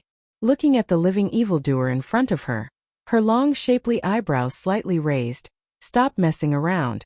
If we wait any longer, the sky will be dark. It's not good to make people wait." "There's someone else?" Beligaju also didn't have the mind to let people admire him. He leisurely adjusted his collar and glanced at Hellion Vivian, his long eyebrows wrinkling. Hellion Vivian made a sound and explained the situation to him. "I don't know what stage your martial chi is at, but there's no harm in increasing your own strength. It just so happens that someone suggested that they can help us with tutoring." "Oh." Beligaju lazily raised the corner of his mouth. On the surface he looked quite interested. However, those familiar with him knew that this was mostly perfunctory. Shadow followed behind the two people, his mouth wide open. In Dragon War Empire, there shouldn't be anyone who can tutor His Highness. Hellion Vivian also knew that his enthusiasm wasn't high. Her thin lips carried a smile.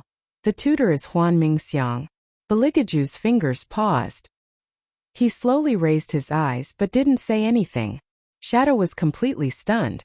"Elder Huan. Then wouldn't His Highness' status be? You know Elder Huan as well?"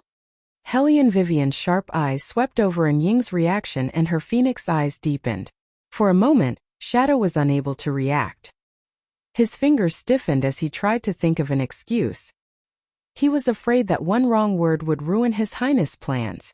However, Beligaju merely glanced at him indifferently, and still spoke with an unhurried tone. "We've met a few times before. Elder Huan is an elder of 3 generations. There's no one in the War Dragon Empire who doesn't know him." "I didn't expect you to have met before." Hellion Vivian smiled.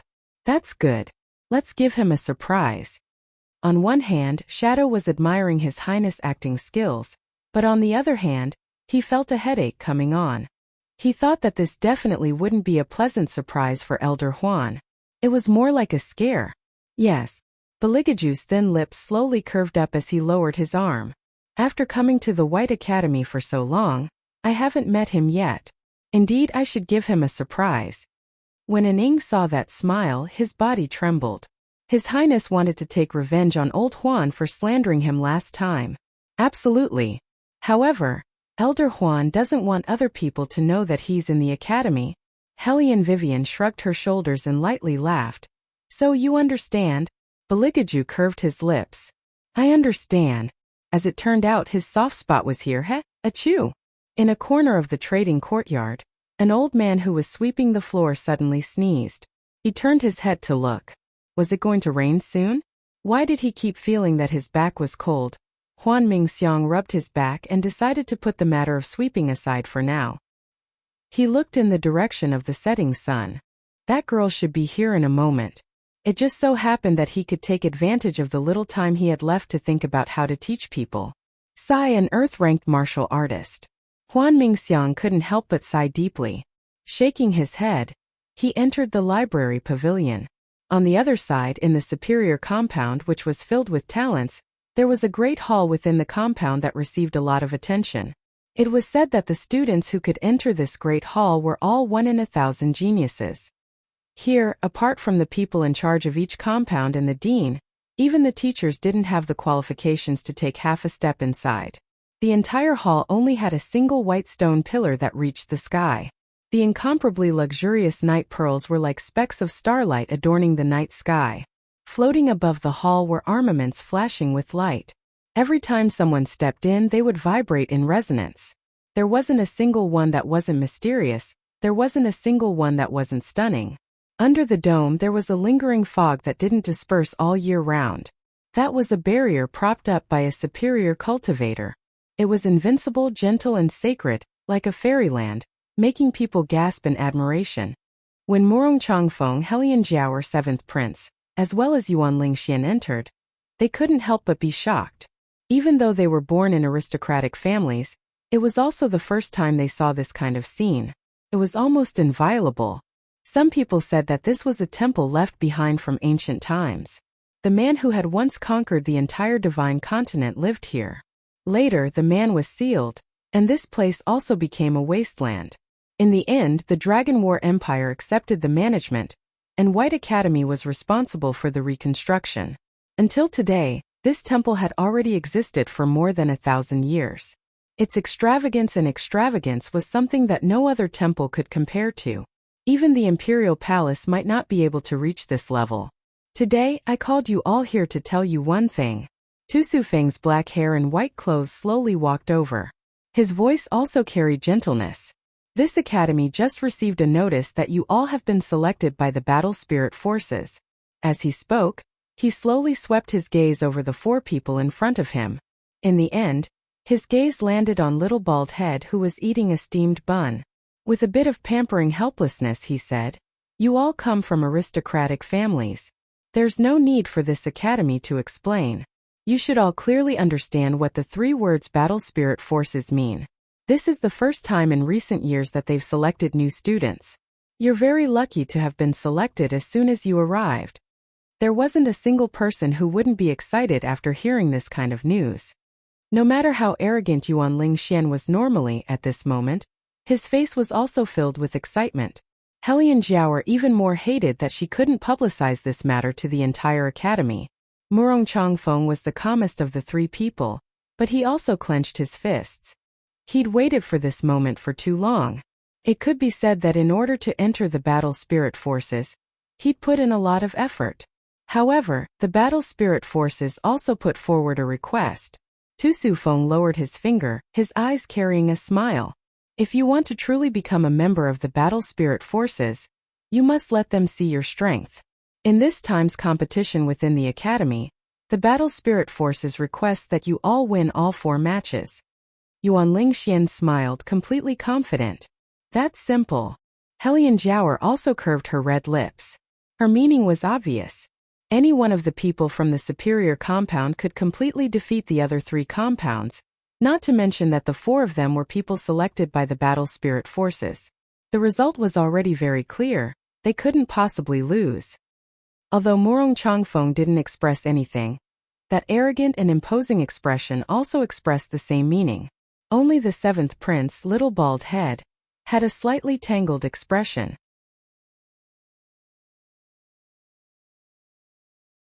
Chapter 152. Tu Sufeng glanced at them, a trace of light flashing through his eyes. His smile was warm and sincere. "So to speak, you don't need to adjust your order in the competition? I've seen your name list. It says that if the inferior compound enters the finals, only Yuan Lingxian will compete. The rest will be substitutes. Isn't this method inappropriate? To deal with those people from the inferior compound, I alone am enough." The corners of Yuan Lingxian's mouth carried a smile, but it was hard to conceal his condescending disdain. What's more, whether or not they'll be able to last until the end and face us is another matter altogether. Tu Sufeng lightly smiled and made an O sound, but didn't continue to ask Yuan Lingxian anything. Instead, he turned his head towards the little baldy and asked, "What about you? What do you think?" The only one who knew of that brat's identity was only this little nephew of his. He really wanted to see his 2 brothers fight. The 7th Prince looked at him with the vigor of a tiger and took a bite of the meat bun. "As long as the inferior compound doesn't let me fight, I'm fine with anything else." In any case, he'd already decided that he had to avoid fighting with 3rd brother. Only, he didn't expect that these words would have a different meaning in the ears of Yuan Lingxian and the others. "Dean, you see, even the 7th Prince knows who's worth fighting with and who's not." The disdain on Yuan Lingxian's mouth became even stronger. Even the Helian Jiao on the side laughed. "It's still the 7th Prince who's reliable. Eh?" The little baldy looked at the 2 laughing together, then lowered his head and took another bite of the meat bun. His cheeks bulged and his small eyebrows wrinkled. He didn't know how to tell them that the reason he didn't compete wasn't because it wasn't worth it, but because he didn't dare. Especially after he knew that third brother chose martial chi. He didn't dare even more. He didn't want to offend third brother. When he wasn't obedient as a child, third brother made him stand outside with his little butt bare. He knew that he and the fire Qilin loved to eat meat, but he didn't let him eat. He even said that if he was seen naked, he wouldn't be able to marry a wife in the future, let alone have meat to eat. The little Baldy still remembered this incident vividly. For the sake of being able to marry a wife and eat meat, he didn't commit any more crimes. He was afraid that his third brother would make him perform the rabbit dance for the palace maids again. He was a grown man now, so he couldn't be so casual. You'll be loved. Little Baldhead very seriously began to count how many palace maids would blush when they saw him ever since third brother made him do the rabbit dance. Thinking about it carefully, there were too many. His fingers were not enough. Tu Sufeng was worthy of being the one who had been with the little seventh prince the longest. With one look at the little guy's adorable tiger face, he knew that this disciple of his had started to daydream again. However, do you guys really think that those students from the inferior compound are nothing to worry about? Tu Sufeng's movements were graceful as he placed both of his hands on the table. His tone carried a deep meaning. Murong Changfeng, who hadn't spoken the entire time, smiled faintly and opened his mouth. Dean, are you trying to say that these new students were all chosen by you, so we should be extra careful? Tu Sufeng smiled. It's not because I chose them, but because they are indeed worthy of your attention. We'll take the dean's words to heart. After all, Murong Changfeng was Murong Prince Manor's heir. His words and actions were much more steady than Yuan Lingxian's. However, the order of the competition was also decided by our superior compound's elders. We're only following orders. Since the elders feel that Lingxian alone is enough to compete, then there shouldn't be any problems. Dean, you're currently the person in charge of the inferior compound.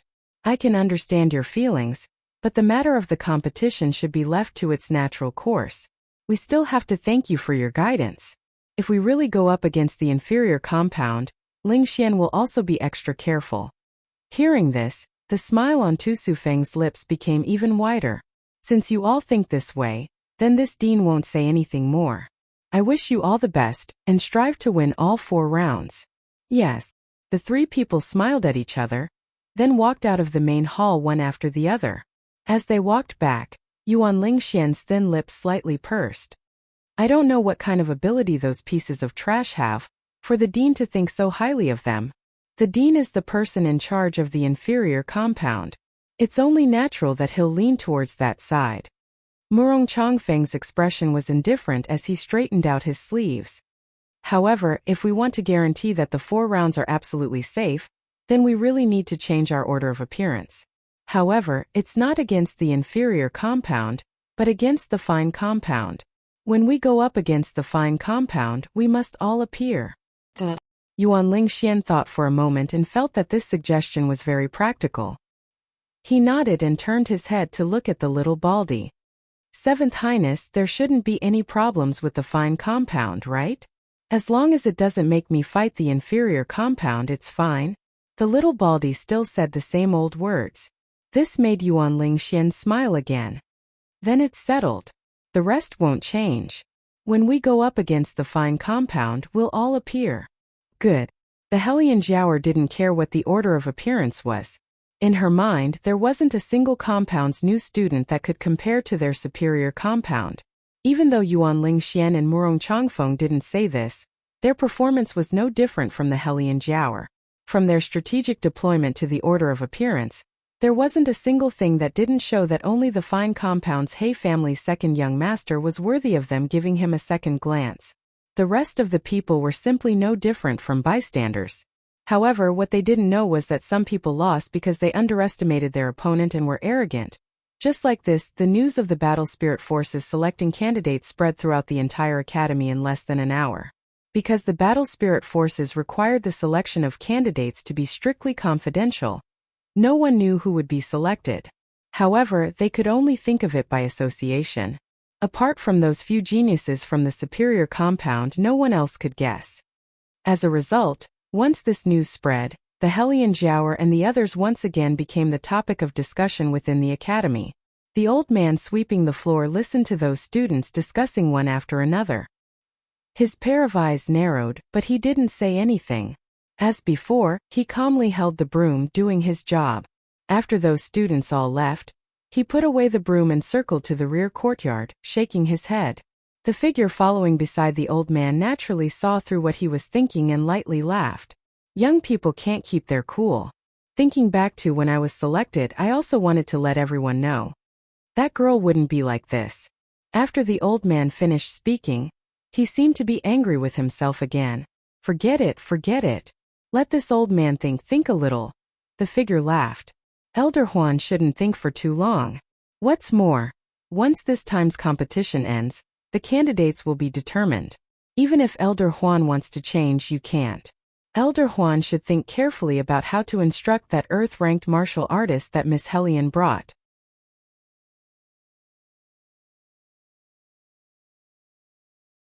Chapter 153. Hearing what was said, Huan Mingxiang's back stiffened. He silently extended his hand and took out the Earth-ranked Divine Cultivation book he found before. The more he read, the more he felt that this thing was written a bit nonsensical. However, it was enough as a guide. Huan Mingxiang turned his head and said to the shadow, "It's about time. You go do what you need to do. This old man has to keep his appointment." Yes. The shadow respectfully withdrew. Looking at the old man's departing figure, he couldn't help but secretly sigh. This was the first time he saw Elder Huan put so much effort into someone's matter. It seemed that in Elder Huan's mind, he still felt that the eldest Miss Hellion should be chosen.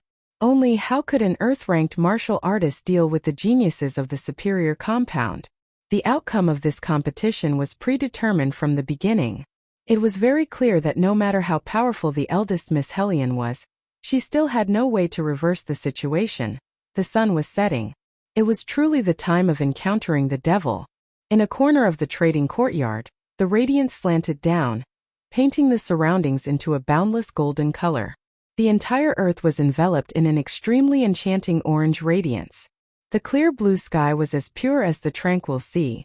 Occasionally, a large black bird would let out a loud cry in the sky. The white clouds were like silvery white velvet, covering the azure sky. The radiance projected down from the gaps in the lush tree canopy, forming swaying specks of light around her.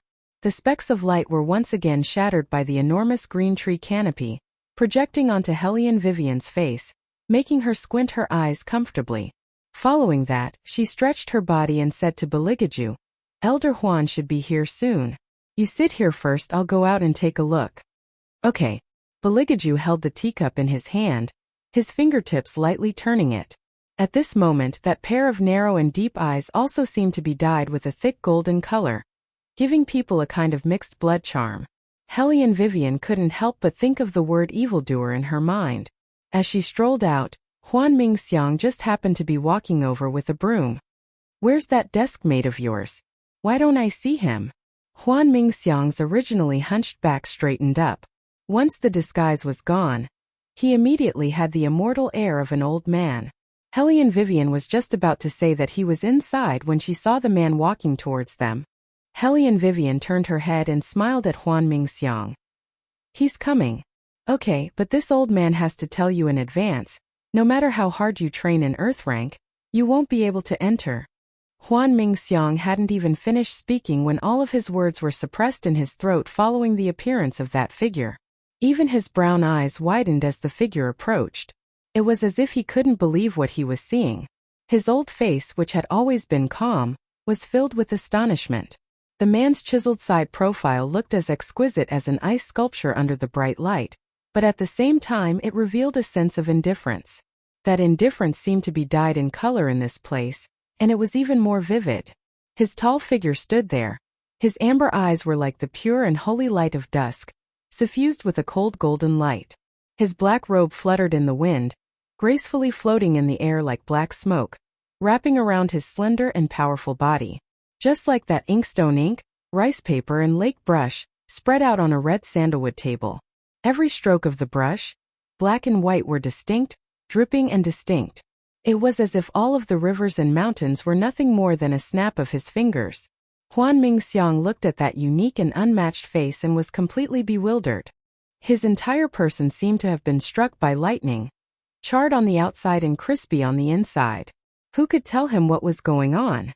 How could that icy brat, who made people gnash their teeth at the mention of him, become some earth-rank martial artist? Elder Huan, long time no see. The royal family was black-bellied. In order to avoid Hellion Vivian discovering something, when Hellion Vivian mentioned Huan Mingxiang, he said that he had met him once before. If this was the case, it could also explain why the old man was so surprised to see him.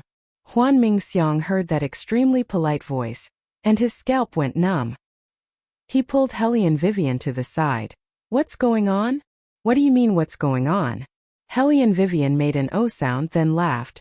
I only found out today that you two knew each other before. But don't worry, Elder Huan, my deskmate's mouth is very tight. He won't tell anyone about you in the academy. Huan Mingxiang became anxious. I'm not asking about this, I'm asking if he's really your deskmate? That's right. Hellion Vivian raised her eyebrows in amusement. Is it so strange for me to have a deskmate? Huan Mingxiang's fingers paused. In other words, he's also in the inferior compound? Hellion Vivian curved her thin lips. Elder Huan, why are you so strange today? Huan Mingxiang finally realized that something was wrong. Looking at the young girl's smiling eyes, he suddenly raised his eyebrows. You don't know that he, Elder Huan. Huan Mingxiang hadn't finished speaking when he was interrupted by a graceful and bewitching voice. Beligaju looked at him with a smile that wasn't a smile. He leisurely placed the teacup in his hand to the side and leaned his body. I heard Wei Wei say that you want to guide me in martial qi. To be able to receive your guidance, I'm very honored. Huan Mingxiang really couldn't describe the feeling in his heart right now. It was a bit like eating an apple halfway and then eating a worm. He couldn't get up or down and he was in a panic. Who could get rid of this icy brat? Seeing him, he really had a bit of indigestion. There's not much time left, why don't we chat while practicing? Beligaju strolled to Huan Mingxiang's side and smiled evilly. Just in time. I have some matters that I want to discuss with Elder Huan alone. Huan Mingxiang stretched his neck and shouted. This old man has nothing to talk about with you. How did this junior offend Elder Huan? Beligaju raised his good-looking eyebrows and appeared to be very sad. This junior can change. If it really doesn't work out, this junior can also tell grandfather and have grandfather come to this academy to see Elder Huan. Hearing the two words grandfather, Huan Mingxiang's movements suddenly froze. He turned his head and fiercely said to Beligaju, You, come with this old man. Yes. Beligaju's special voice always gave people a kind of indifferent feeling when he said it, as if he was being perfunctory. Hellion Vivian watched the two people walk into the courtyard and begin practicing martial qi. Her eyebrows raised and then she smiled. Generally, the more Elder Huan liked someone, the greater his mood would fluctuate. It seemed that this deskmate of hers was very much to Elder Huan's liking. Hellion Vivian relaxed her mood and lazily leaned back. She didn't mind that the teacup in front of her had been used by someone else. After taking a few sips, she took out a few martial components that she always carried with her from her pocket and began to assemble them. She didn't pay much attention to the movements in the courtyard.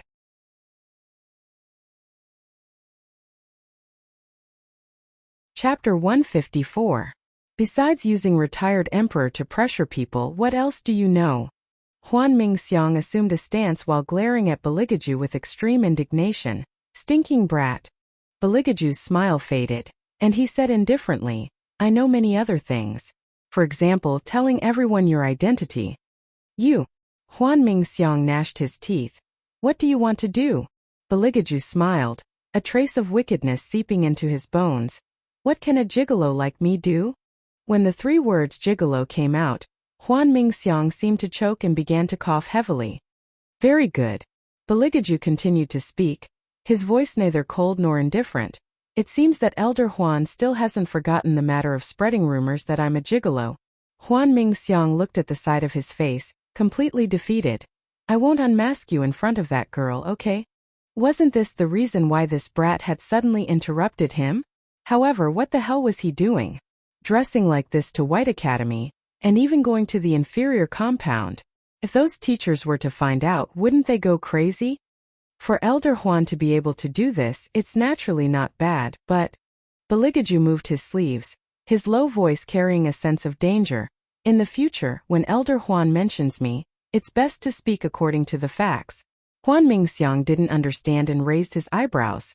What do you mean by speak according to the facts? He had never lied to anyone.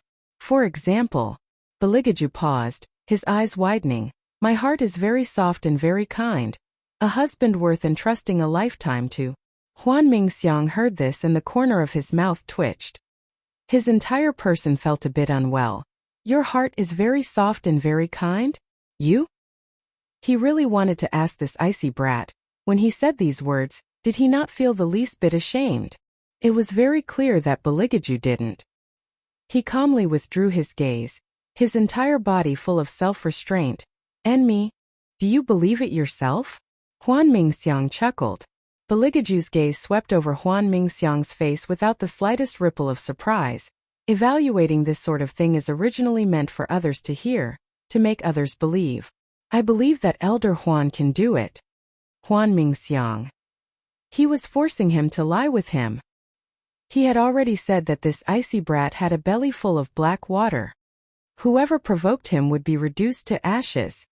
Well, since we've reached a consensus, let's start with martial qi. Beligaju paused for a moment. What stage of martial artist did she tell you about me? Huan Mingxiang raised his head and gazed at the sky. Earth rank? He swore that this was the most fraudulent earth rank he had ever seen in his life. Earth rank? Beligaju furrowed his beautiful eyebrows and pressed his fingers to his forehead. He seemed to be having a headache at this stage. He lowered his eyes and thought carefully for a moment. Then, he moved his fingers and his entire body emitted a faint yellow light. Huan Mingxiang stared blankly for a moment, his eyes surging with stormy waves. He was clearer than anyone about the strength of this brat in front of him. Ever since he became the leader of the battle spirit forces for the first year, he began to earnestly urge this icy brat to join. However, every time he returned without success. As early as 10 years ago, Beligaju had broken through to the 10th level of the gold rank, reaching the peak that everyone envied. However, the heavens were jealous of heroic geniuses. A fire that no one could have predicted pulled this proud son of heaven down from his altar. At that time he thought there should be a chance now. Even if he didn't personally go out to fight, this icy brat's comprehension of martial qi could still become a well-known figure in the battle spirit forces. However, the result was still the same. Not only did he not agree, he even closed the door to everyone. So much so that when Huan Mingxiang thought of him later, he felt a burst of pity. Don't look at how he talked about Beligaju in front of Hellion Vivian. In reality, the disciple he wanted to accept the most in his life was this stinking brat. He originally thought that this person had lost all of his martial qi, but with a wave of his hand, he changed the attribute of his martial qi. This could only mean one thing. Right now, on this scoundrel's body, not only did he have the 10th level of the gold rank martial qi, but he also had other attribute martial qi. This was simply 100 years, no? A rare genius that only appears once in 1,000 years. Even if it was him at this stage, at this age, he only grasped 2 types of martial qi, and it would only appear in times of crisis, because martial qi attributes were originally mutually restraining and nurturing. When a martial artist advanced to the next attribute, they wouldn't have the attribute of the previous level. Otherwise, it would be very easy to go berserk and break all of the meridians. Unless it was an innate ability, then one could simultaneously control more than 2 martial qi attributes. Right now, the most shocking thing was that Huan Mingxiang simply didn't know how many types of martial qi Beligaju was using at the same time. Just as he was thinking this, he saw a red light flash in front of him.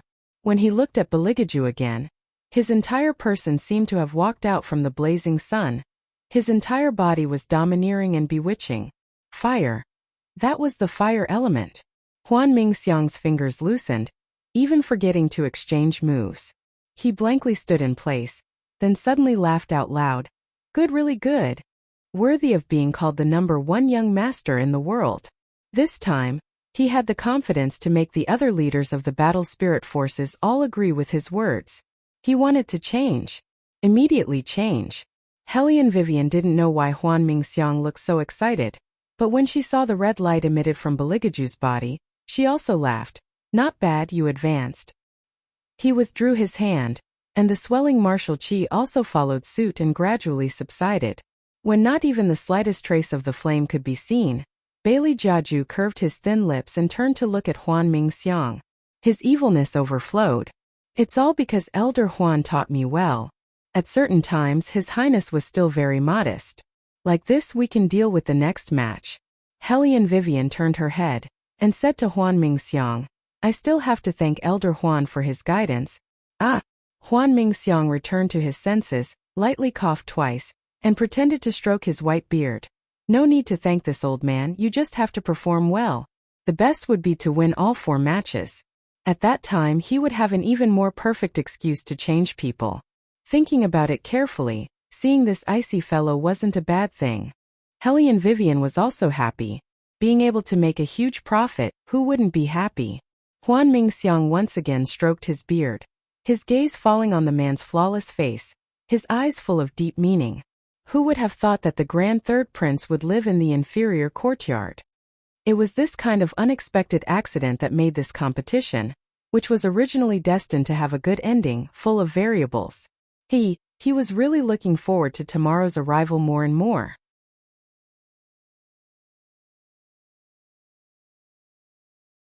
Chapter 155. Early morning the next day, a gentle breeze blew. All the students and teachers were gathered in the center of the academy. They were all dressed in green and white robes, unspeakably grand and beautiful. At this moment at the venue's judges' table, Tu Sufeng smiled as he looked at those young faces below. When his gentle and elegant eyes fell on Wei Wei and the others, a trace of profound meaning flashed through his eyes that only he himself could understand. The one sitting next to him was none other than White Academy's master Tu Lao, who had always been absent. He smiled as he stroked the white beard on his chin. He chuckled and said, "How nostalgic. When this old man was young, it was during the Academy's examination that I found out that compared to martial qi, I was more suited for martial cultivation. Now, looking at them is like looking at myself when I was young. Truly, time waits for no man." Yes, this old man still remembers that at that time, you were also at the superior compound and participated in the competition together with Jizun. Yun Xiao and I were miserably oppressed by you too. The superior compound's master Bai shook his head and said, "At that time, you were much more arrogant than you are now. You even said that even if we were old, our disciples still wouldn't be able to win against your disciples. You actually did well, accepting Lord Murong as your disciple. Jizun, that cold temperament, chose this and that, yet he chose a low-level martial artist who had never come into contact with martial cultivation. I really don't know what he was thinking." Tu Lao smiled and didn't answer this topic. He only said, "At that time I was young. Looking at these children now, maybe we can meet some good seedlings. Our superior compound has a few." Master Bai faintly smiled. "Their strength is not bad. Tu Lao, you can actually consider them." Tu Lao made an O sound then said, "I actually hope to see the strength of the other compounds. It would be best if an unexpected talent appeared. This way, the competition within the academy would be even more interesting." "Other compounds?" Master Bai raised his eyebrows and indifferently drank a mouthful of tea. His face carried a unique arrogance. Apart from that young master from the He family, what other talents could there be? This old man has investigated the new students of the fine and good compound. As for the inferior compound, even if this old man doesn't say it, Tu Lao, you should also know what's going on over there. Wanting a talent to appear is harder than ascending to the heavens." Tu Lao put down the teacup in his hand and smiled. "Principal," hearing Master Bai's words, "don't you want to say something for your student?" Tu Sufeng originally saw those people yawning, and felt a little helpless at their indifferent attitude. Now that he heard these two people bring the topic to him, he gently curved his lips. "There's no need to say anything. Let's wait and see the result. It sounds like the dean thinks that those people from your academy are very promising." Master Bai laughed out loud. The ridicule was self-evident. "Dean, this old man knows that you treat all the students equally, and this is the first time you personally lead a student, so I want to make some achievements. However, no matter how much you carve rotten wood, it is not as exquisite as jade."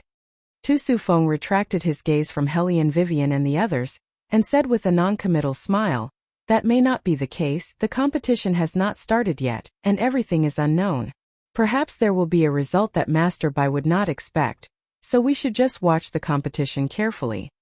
After saying this, he turned his head away, not caring about Bai Jingwen's expression. Bai Jingwen heavily snorted coldly. His mouth didn't say anything, but his heart disdainfully thought, what kind of unexpected result could those trash from the inferior compound have? They were only here to make up the number of people. He reckoned that they wouldn't even be able to pass the good compound's test, and would be done for. If it was up to him, then the good compound should be abolished. Their White Academy had a long history of several hundred years. Not to mention the Dragon War Empire, even in the entire Divine Continent, they could still stand a corner. It was because they had the entire Dragon War Empire's top talents here. And those commoners without any aptitude from the inferior compound were simply here to drag down the Academy's grade. Bai Jingwen lowered his head and drank a mouthful of tea. This time, if the inferior compound still couldn't make any achievements, then the clan elders would have an excuse to propose to the emperor to abolish this compound. Thinking like this, he felt very comfortable. His body leaned back, and his two hands were placed in front of him, as if he was waiting to see how the inferior compound would lose. The students didn't know what the masters were thinking. Every student from each courtyard stood in the same line, listening to the teacher announce the competition rules. The competition was arranged in order from lowest to highest. Today's match was the inferior compound versus the good compound, and the fine compound versus the superior compound. The competition was divided into 2 rounds. Whoever wanted to watch the competition would go to watch the competition according to the order. The contents of each competition were drawn up by the masters in charge. The first 2 matches had the teacher as the referee. When it came to the finals, the masters would personally judge. The most popular was Master Tu Lao. All the students wanted to use this opportunity to speak a few words with Master Tu Lao and ask for an armament that belonged to them. Unfortunately, Master Tu Lao sat too far away. Apart from those who entered the finals who could see him, the rest of the students could only look at him from afar. Once the competition rules were set, the students quickly moved to the 2 large venues. Compared to the fine compound versus the superior compound, the inferior compound versus the good compound's venue wasn't very lively. However, there were still 20 to 30 people who came to watch the competition. Almost all of them were from the inferior compound. The good compound was very few, because they simply didn't place this competition against the inferior compound in their eyes. If they had the time to watch this competition, they might as well go to the other venue first and see the fine compound's strength. When the time came, they could also provide some useful information for their own competitors. The first match, divination match, will be half an hour long. The teacher's aged and deep voice sounded. As the captain, Helian Vivian was currently lying on the wooden table to catch up on her afternoon nap. Her long chestnut hair had a strand of restless curly hair sticking up. Within her laziness was a bit of a casual feeling. Nangong Lai's lips curved into an evil smile. His pair of beautiful peach blossom eyes looked towards the young ladies watching the competition. Slightly curved, he occasionally blinked his left eye, causing countless young ladies to blush. Compared to these 2 people, Beligaju really belonged to the normal category. Only, could he not look at the chair as if it wasn't soft, clean, or luxurious enough to deserve a beating? When the teacher saw this, he expressed his anger. He stiffly tightened his grip on the name list in his hand and yelled, "The first match, divination match. Students who haven't yet entered the venue, please enter the venue as soon as possible. Your eyes are really beautiful. Perhaps after I finish the competition, we can go to the commerce compound together for a stroll?" Nangong Lai didn't stop playing with electricity. Perhaps it was because he didn't have the sacred identity of the genius priest that he could be so unbridled. This made the young lady closest to him bashfully lower her eyes. She didn't even dare to raise her eyes. She softly replied, "Okay." Rip. The name list in the teacher's hand completely shattered.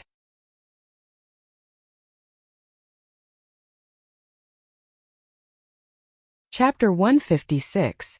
The student participating in the divination. The teacher pointed at Nangong Lai. That's right, it's you. Do you still want to compete or not? If you don't compete, then we'll treat it as forfeiting the competition. Nangonglai very innocently looked back. His handsome face carried a placating expression. Teacher, life is so beautiful. Yet you're so irritable. Not good, not good. You. The teacher was so angry that his liver hurt. He was just about to say disqualify. Nangonglai strolled over. The expression on his face changed into a murderous aura. I'm ready. Let's begin. The teacher stared blankly. In the end, he took a deep breath. The first match between the inferior compound and the good compound begins now. As soon as his voice fell, the good compound's competitor immediately picked up the divination tool in his hand. Nangonglai was hesitating whether or not to give the other a bit of face. After all, he was a member of a family of priests. It wasn't good for him to bully a new student with his bare hands. The good compound student standing next to him disdainfully glanced at him. Trash is trash. You take so long to choose a tool. And so what gentleness? It was all just a passing cloud. In less than a minute, Nangonglai finished divining the result. Under the incomparably flabbergasted gaze of the inferior compound student, Nangonglai walked back to his original position with an evil smile. His body leaned back, slowly and unrestrainedly. He even conveniently poked Hellion Vivian, who was about to go on stage. The teacher stared blankly for a long while before announcing in disbelief. This match, the inferior compound wins. Ha! The good compound student's divination tool shattered and fell to the ground. He hadn't even started yet. The second match, armament test. The teacher promptly returned to his senses and loudly announced. The teacher acting as the referee hadn't even warmed up his seat when he changed to the next one. He originally prepared a pile of explanations, but unexpectedly, not a single word was used. So stifling. So stifling. Hellion Vivian yawned as she went on stage. Out of respect for the competitors, she curved her lips into a smile. She was serious and courteous everywhere. But what made her feel bad was that the other party didn't appreciate her courtesy. He arrogantly snorted and didn't have the slightest intention of talking to her. And then the other party was thoroughly tortured to the point of tears. Under the scorching sun, this person could only stare blankly at Hellion Vivian's slender and beautiful fingers, dazzling his eyes as he waited for the referee to announce the result of the match. The armament master was also a bit stunned. He looked at the Xian paper spread out on the wooden table with melancholy. He asked himself why in the world he had to prepare so many explanations in the first place. In the world for what? There were indeed not many people who came to watch the competition, but everyone was dumbfounded. Other than disbelief in their eyes, there was only shock left. The students from the inferior compound, who originally didn't have any hope of winning, even asked their good friend sitting next to them, "Pinch my face? What are you doing?" His friend was also in a daze. The student said, "I want to see if it's true or not." That's right, everyone suspected that they were dreaming and shook their heads absent-mindedly. At this time, Hellion Vivian and the other two had already stood up and were ready to take a stand. 2 wins out of 3. In other words, in the competition between the inferior compound and the good compound, the inferior compound won. Beligaju didn't even take the stage. His white robe hung vertically without the slightest bit of dust. His back was still cold and ascetic, as if he didn't eat the food of the common populace. He only slightly raised his eyes, but it instantly killed the hearts of countless young girls. He's really so handsome. Heavens, my heart is about to jump out of my chest. I wonder what kind of wife he'll marry in the future. Nangonglai's foot slipped and he was exceptionally indignant. The one who took the stage was obviously me. Why was Aju the most popular? This wasn't fair. Hellion Vivian very unsympathetically comforted him. Young man, don't be silly. This is an era where looks are important. Talent is only an additional point for looks. But other than disliking that stool and table, he didn't do anything else. Nangonglai was still very unwilling. Hellion Vivian glanced at him. He only needs to be responsible for being as beautiful as a flower. He doesn't need anything else. Thank you. In any case, she had already received benefits. With an extraordinarily handsome deskmate, there would be a lot of snacks. For example, the rose cake that the shy servant girl just sent over was very much to her liking. Let's say first she wasn't the one who ate it. It was her desk mate who threw it to her. Hellion Vivian actually really wanted to tell those young ladies and pretty daughters of small families to not think about using food to conquer a certain someone's heart. He looked at everything as if he was looking at a cockroach. In the beginning, Hellion Vivian thought that he liked to eat it because when she first gave it to him, his thin lips even curled up slightly, carrying a bit of playfulness. But when she said that the rose cake wasn't sent by her, but by someone else, the man's pair of beautiful phoenix eyes were as cold as a piece of cold jade. Whoever he looked at would be cold. In the end, he directly threw the box of rose cakes onto the table, more unapproachable than ever. Hellion Vivian thought that he must really hate the smell of roses. But it didn't matter, she liked to eat them. Let's go to the other arena to take a look? Nan Gonglai smiled evilly. I just heard the young lady who admires me say that the test over there hasn't finished yet. Hellion Vivian made a sound of agreement, smiled and added salt to the wound. Are you sure that young lady admires you, and doesn't want to get to know someone through you? Nan Gonglai's face slightly stiffened. He glanced at the person that Hellion Vivian was talking about. He still thought that a Jew wearing a mask was more attractive. Seeing this, Hellion Vivian's smile grew wider. Let's go, we really should go over there to take a look. After all, it's Heizei who's competing. Bailey Jiaju's indifferent eyes paused for a moment, then slowly turned to look at her. A bewitchingly cold smile spread across his extremely handsome face. Seems that you really care about him. His strength is worthy of other people's attention. Hellion Vivian smiled, the sunlight shining into her eyes. Baligaju inexplicably felt that smile was somewhat dazzling. The curve of his thin lips also became very strong on the other side.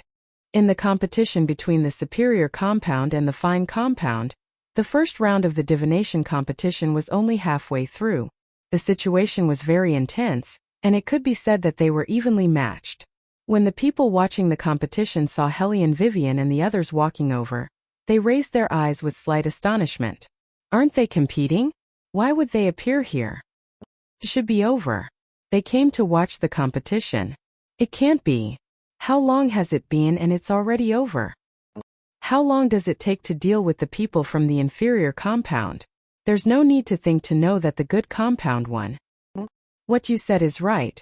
The surrounding sounds of discussion also attracted the attention of the competition area.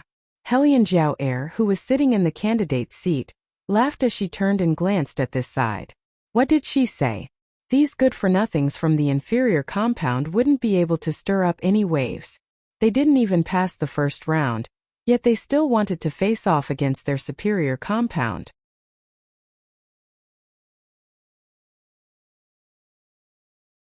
Chapter 157. At this time, the divination competition was finally over. The superior compound won by a narrow margin. Little Seventh Prince's bald head also looked towards Hellion Vivian and the others. Compared to other people's schadenfreude, that little face's expression was a bit hard to describe. He opened his mouth and took a bite of the meat bun. He chewed a bit and seemed to have thought of something. After that, he got up and lifted the wooden chair that was taller than himself. That relaxed appearance was the same as when he lifted the meat bun. There wasn't any difference. His strength was really frightening. The surrounding people who saw this scene forcibly sucked in a breath of air. Especially those students from the fine compound. One after another, they broke out in cold sweat for the third martial chi competitor, the He family's second young master. Wasn't this seventh prince a bit too scary? He was only 5 years old. Was it really good to be this domineering? Little seventh prince also didn't care about the surrounding gazes.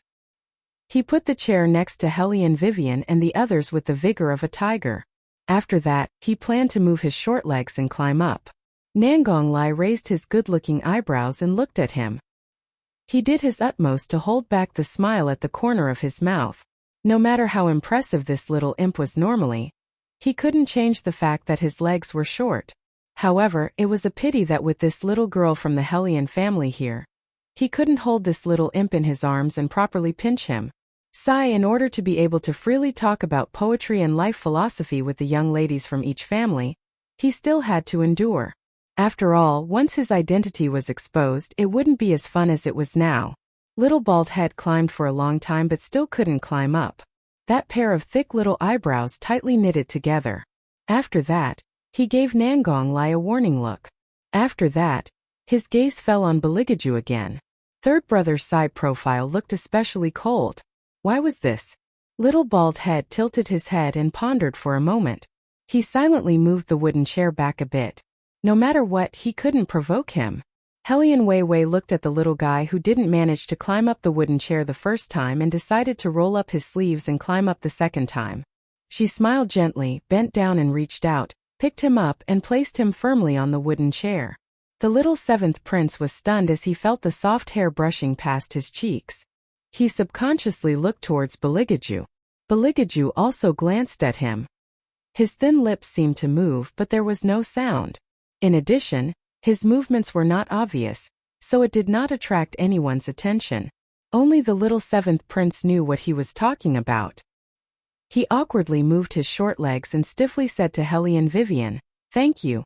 Helian Vivian couldn't help but be amazed by his adorable appearance. Such a punk-style child was really rare in ancient times. What was cool and arrogant was that the meat bun never left his hand. Helian Vivian smiled. She seemed to have thought of something. She took out the beef jerky that she had prepared earlier and handed it to him. The little seventh prince's eyes suddenly lit up. He silently raised his head, and after seeing that someone didn't say anything, he quickly took the beef jerky. "Good boy." Helian Vivian patted his head and had the urge to take him home. "Good boy?" Nangong Lai was very skeptical of Helian Vivian's sense of beauty. This woman had never seen the appearance of the little rascal beating people. Holding a stick and fiercely beating people, that posture was even more arrogant than his older brothers. Gee, is this a new way to curry favor? The superior compound spectators laughed out in ridicule. Someone followed up and said, "You guys should just let her interact with the seventh prince. After all, she didn't even win the first match. If she doesn't think of some underhanded ways, how can she survive? If she wants to interact, let her interact with other people. Don't pass on the bad luck to our senior brother." Yuan Lingxian, who still hadn't gone on stage, looked over and frowned. He then strolled over. "Seventh Highness, how come you're sitting with these people?" The little bald head raised his head and narrowed his eyes. Where he wanted to sit, was it his business? It wasn't that Helian Vivian didn't hear Yuan Lingxian's disdain for them. She crossed her arms in front of her chest and lazily looked over at him. Yuan Lingxian raised his eyebrows and extended his hand, wanting to pull the seventh prince up. "Seventh Highness, it's your turn to go on stage. Let's go. The second match isn't over yet." The little bald head ate the jerky, his voice cold. "Before there's a result, you're not allowed to bother me." Yuan Lingxian's face stiffened. He was the successor of one of the 4 great clans, yet he was actually being lectured by a little baby. "What?" The little bald head smiled like a tiger, his killing intent quite strong. "You don't like me?" Yuan Lingxian tightly clenched his fists. "How could that be? Seventh Highness is joking. When the imperial family steps down, the first thing he'll do is kill this stinking brat." The little bald head didn't care what Yuan Lingxian was thinking. He continued to eat the jerky and drink tea. He didn't have any other purpose sitting here. He just wanted to prove to his third brother that he was one of their people. "Aww. This jerky is delicious." Helian Vivian wrinkled her eyebrows. "This isn't good. Seventh Highness, it's better to go back." Probably because he was a child, he still didn't understand the difference between the courtyards. The people from the superior compound had always looked down on them. Now that the seventh prince was sitting here like this, although he wasn't very close to them, it was very likely that he would be ostracized by the students from the superior compound. Hearing this, the little seventh prince glanced at Helian Vivian, puffed up his cheeks and refused very coldly. "It's my turn to compete, I'll go back." Helian Vivian laughed and shook her head, asking Beligaju beside her, "Why does he insist on sitting here? I also want to know." Beligaju slowly smiled. That smile didn't reach his eyes in the least. "After all, we're not very familiar with each other, so I don't understand. However, I guess that he should be in his rebellious phase." Helian Vivian raised her eyebrows. "Rebellious at the age of 5? The imperial family's people should be different from other people in this aspect. Beligaju absent-mindedly glanced at the little bald head's direction. His voice sounded very casual. I heard that when the 7th prince is excited, he likes to dance naked. I don't know if it's true. Perhaps if there's a chance we can appreciate it in a moment. The little 7th prince's small hand that was eating the jerky fiercely paused. His face had an expression of choking. Nangong Lai, who knew the cause and effect of everything, almost couldn't hold it in anymore. He could only hold his stomach, his shoulders trembling as he leaned to the side, holding back his laughter with great difficulty. At this time, Beligaju opened his mouth again, this time speaking to the little bald head himself. His voice was charming. I don't know who is more powerful between the 7th prince and the He family's second young master? The little 7th prince's face became cold. Third brother was giving him a task. He understood. Me. He answered without the slightest hesitation, his face full of vigor. Beligaju smiled meaningfully. I'm looking forward to the scene of the 7th prince beating the He family's young master to the ground.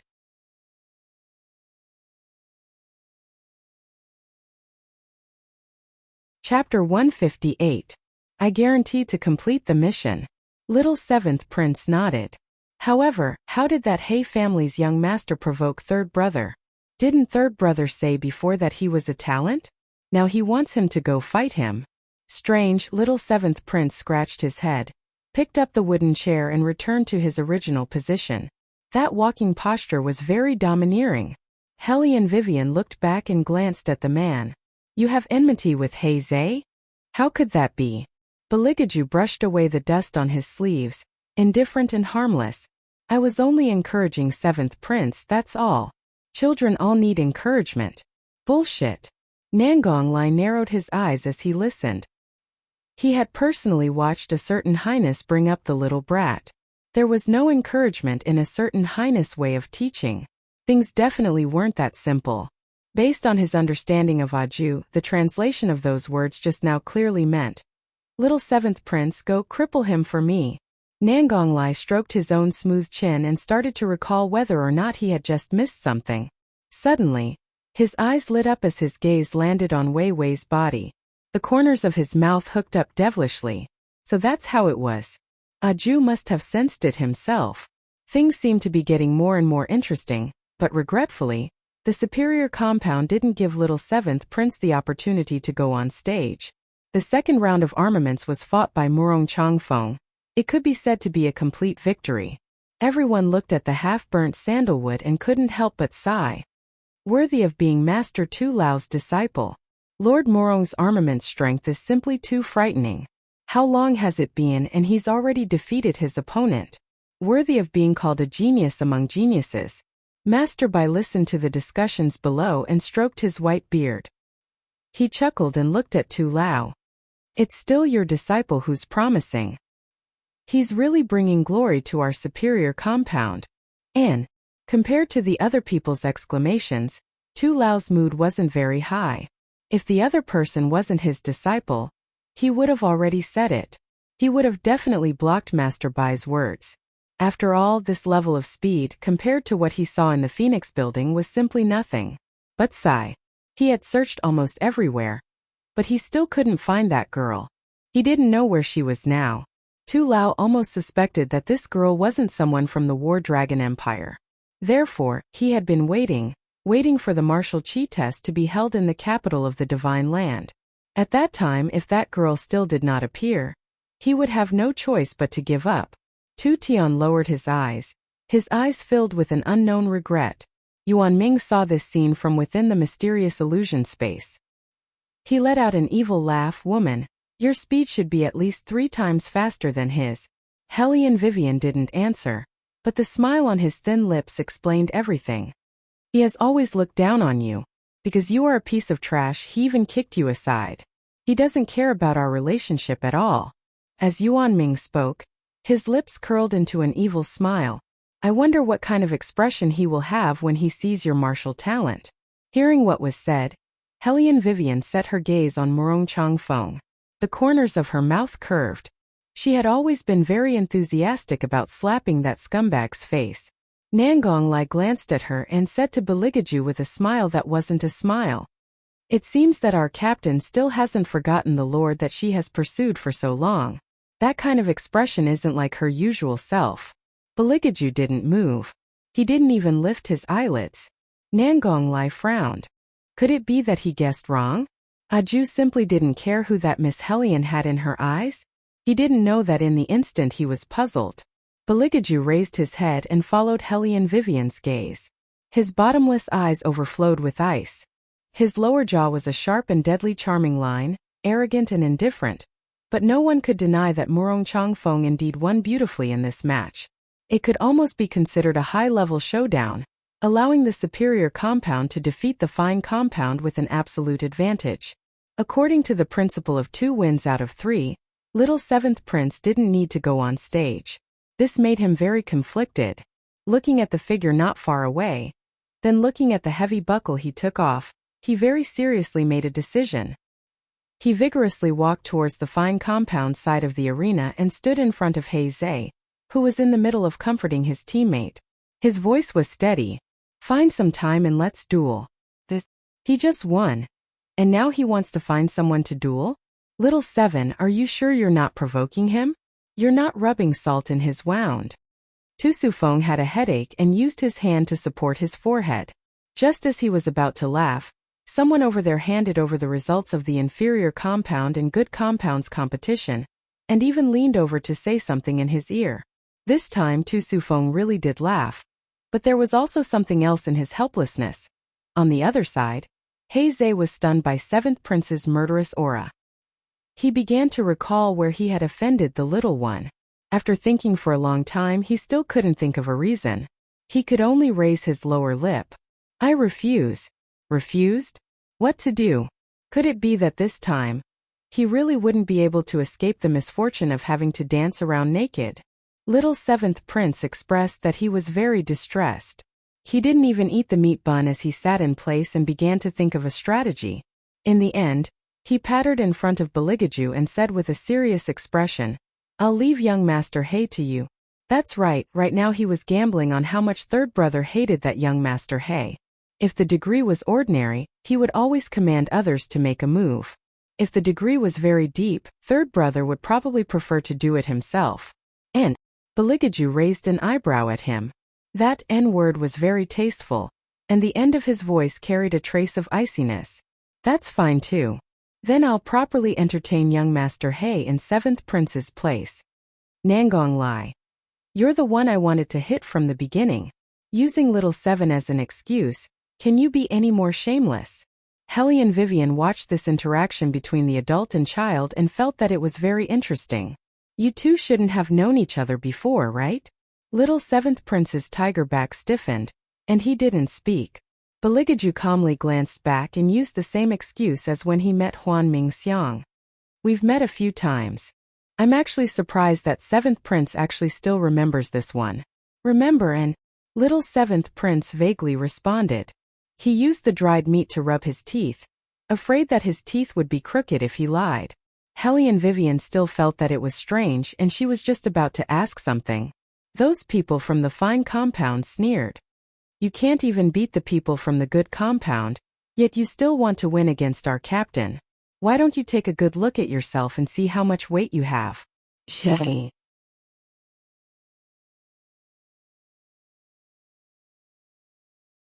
Chapter 159. Just as he finished speaking, a gust of wind suddenly whirled up in front of him, stuffing his mouth full of dust. Beligaju absent-mindedly walked past him. What's going on? The person from the fine compound roared. Why is it only my side that's windy? Papa. Nangonglai smiled wickedly and also walked over. The person from the fine compound was angry. What did they mean by this? Ignoring him? Quiet. The headmaster of the academy, who was standing on the testing platform, noticed the commotion and glanced at them with displeasure. The person from the fine compound could only withdraw his fist. He looked at Hellion Vivian and the others, but his gaze was still filled with ruthlessness. This old man will now announce the final results of your 2 matches.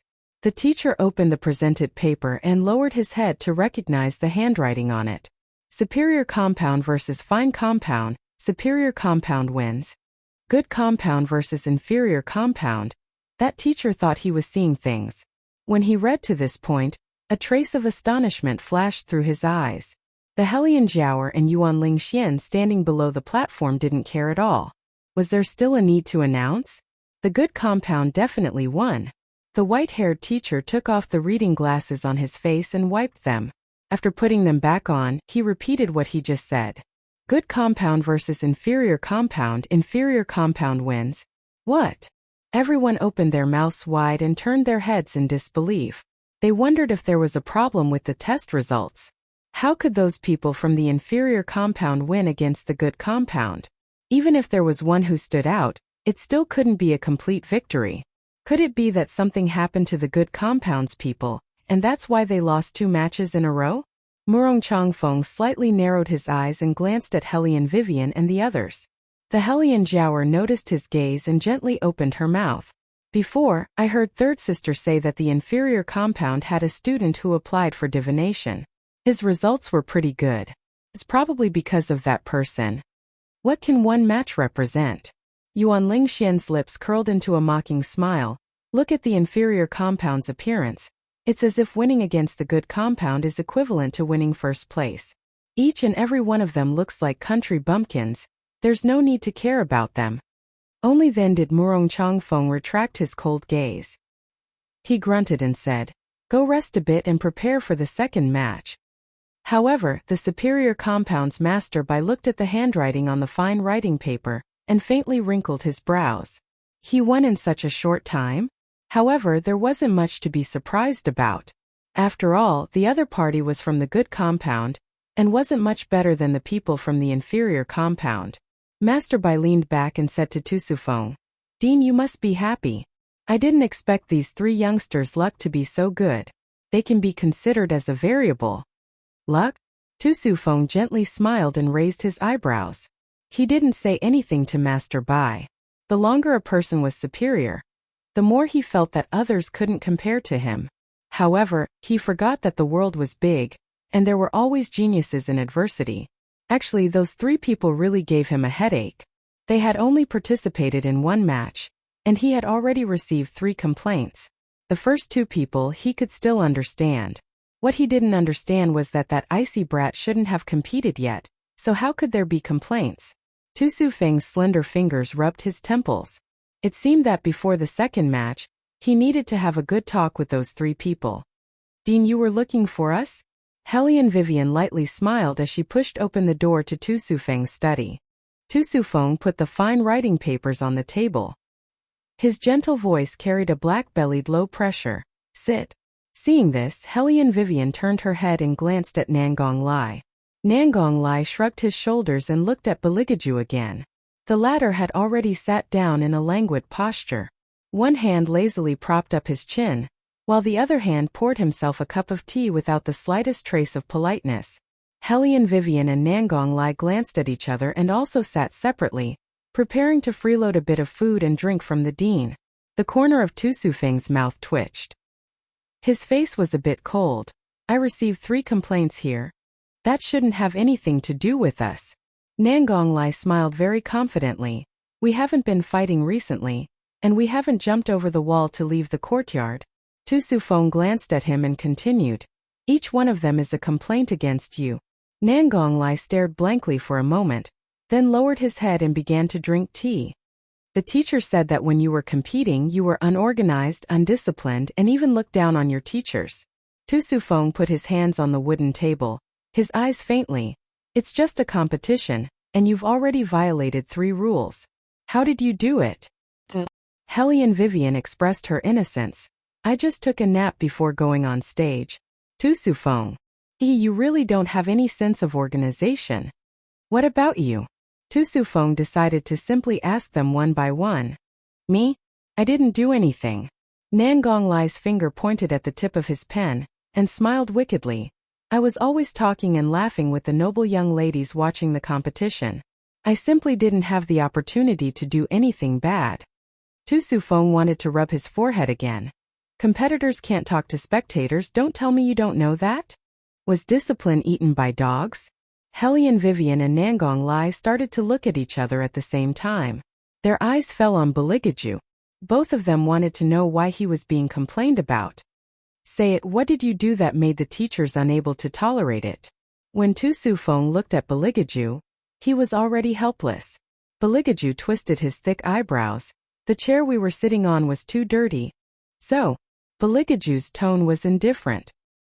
He had no intention of admitting guilt, so I switched chairs with the teacher closest to me, Tu Sufeng. Even they didn't know this.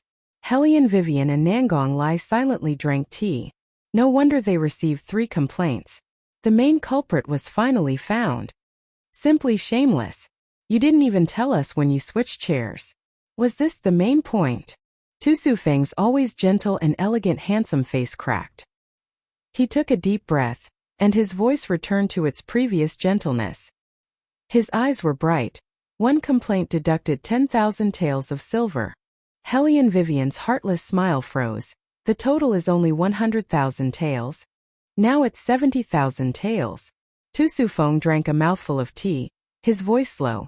I believe that in the next 2 rounds, you should have learned how to respect your opponent and your teacher. Thus, in the second round of the competition, when the inferior compound faced the fine compound, Hellion Vivian and Nangong Lai didn't dare to sleep anymore. Nir also didn't dare to hook up with them. They completely changed their arrogant and unruly appearance from before. They understood very well how to respect their teachers, and even their movements slowed down. The teachers were very satisfied with this situation. The explanations they wrote were finally put to use. And not bad, not bad. It seemed that the fine compound's strength was still stronger. These 3 people from the inferior compound were clearly suppressed to death by the opponent.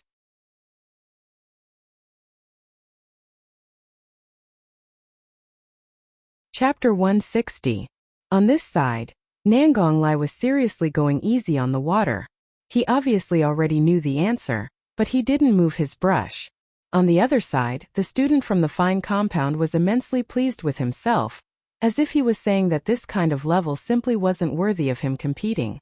And the superior compound's new students, who had already won against the inferior compound, looked at this scene with ridicule. What did I say? They were only able to win by luck. Yuan Lingxian lazily yawned. There's absolutely no need to continue watching. I'm going to catch up on some sleep. Call me when it's over.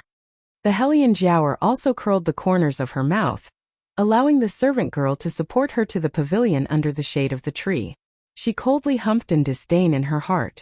Heh, the dean still shamelessly boasted and even wanted them to change the order of the competition. According to the current situation, they simply didn't need to compete in the 3rd round to win the championship, because the inferior compound would definitely lose to the fine compound. This was simply unthinkable. No need to watch, we're also going to rest. The Hellion Jiaoer instructed the servant girl at her side. The servant girl quickly helped her open the oil paper fan, following behind the Hellion Jiaoer step by step, for fear that her family's mist would be exposed to the sun. After all, today's sun really was very big, and the respected royal family had indeed never been active under such a big sun before. His fingers, white as ivory, felt very dissatisfied with this uncomfortable temperature. His eyebrows jumped, and his tone was neither cold nor hot. How long are you going to waste time for? Hearing this, Nangong Lai smiled, as if some crazy switch had been turned on. He directly waved his brush and wrote the answer. His speed was so fast that the fine compound student across from him was completely dumbfounded. What kind of situation was this? Was he on steroids? Okay, we won. Nangong Lai confidently flung his long hair, walked towards the seating area, and switched Hellion Vivian to the arena. Baligaju looked at him with heavy eyes. You won. Nangong Lai was very afraid of the heat. He lazily sat back and shook the front of his robe. Wasn't my posture just now very cool? Baligaju glanced at him and said in a voice as cold as ice, because of your victory, this lord missed the opportunity to fight He Zhe. Good, very good. Nangong Lai's scalp went numb. Wait, Aju, listen to me. You can use other methods to deal with that black guy. Really, I can provide you with any secret about him. Oh. Baligaju raised his eyebrows calmly. For example? Nangong Lai said with a serious face, I have a record of all the places he went to. Beligaju smiled, extended his leg and coldly kicked him to the side. He shouldn't have trusted a lunatic. He won. The people from the inferior compound won again? The students sitting in the fine compound's viewing area murmured blankly, as if they were dreaming. How is this possible? This is impossible. The contestant in the armament competition simply couldn't believe that he actually lost to a good-for-nothing who didn't even have a bit of chi. Holding the incomplete armament in his hand, he stared blankly at the opponent. Suddenly he bellowed, "Cheating! You're definitely cheating!" Cheating? Hellion Vivian raised her eyebrows and didn't look at that student. Instead she looked towards Heizei. Her meaning was very clear. This is your team member? Can't even afford to lose? Nangong Lai fully displayed his gossipy nature, and said with interest, "Aju, look, our captain and the He family's young master are going up against each other." Beligaju's hand holding the teacup slightly paused, and the tea in the cup rippled layer after layer. This is the rhythm of a fight. Nangong Lai very happily extended his long legs. "Let's go, I'll take the lead." The He family's young master, who'd always been known for being overbearing and unyielding, also strolled over. Only, he didn't respond to Nangong Lai's words. Instead, he pressed down on that fellow student's neck and pressed up. His magnetic voice carried a deep and low tone. "A loss is a loss." But the contestant really didn't dare to believe that they were on par with the superior compound. Losing to the superior compound was excusable, but losing to the inferior compound, Heizei didn't care whether that person was willing or not. Holding the back of his collar, he faced Hellion Vivian and said, "We lost, but..." He paused and smiled evilly. "Are you sure you can win against those people from the superior compound? If you go up against the superior compound again, it won't be in this order. The first match will be martial chi. As far as I know, your team member competing in martial chi has never appeared before, right? Can you really do it?" Hellion Vivian frowned. Was he doubting their team's ability? She curved her thin lips, and was just about to open her mouth. Just as she was about to open her mouth, she heard a graceful and bewitching voice ring out from beside her ear. The tone was extremely cold, like the gloomy sound of ice melting in black tea. Under such a scorching sun, it was hard for people not to notice. "Do you want to fight?" Heizei turned his head to look, only to see a person slowly stand up from the wooden chair. His legs were slender and straight, his waist was lean, and his chest was wide, presenting a perfect inverted triangle shape. He reached out and brushed away the non-existent dust on his clothes, then strolled over to him. His robe fluttered in the wind, and the sunlight began to bloom. Under the radiance, he became more and more beautiful, and at the same time more and more evil, just like the red spider lilies that bloomed all over the demon world. From head to toe, he emitted an indescribable coldness and cruelty, handsome to the point of being indescribable.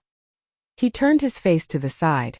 The lines of his face were like a quiet and secluded bay, so cold and noble that it made people unable to shift their gaze. There was a grace that differed from the lower demons, a charm that differed from the divine gods. Both good and evil, extraordinarily handsome. Heizei frowned, intuitively feeling that the other party wasn't easy to deal with. No wonder those people from the superior compound all found him unpleasing to the eye. Just based on this face alone, he reckoned that he could attract a lot of jealousy. That was the type that the woman who grew up with him liked.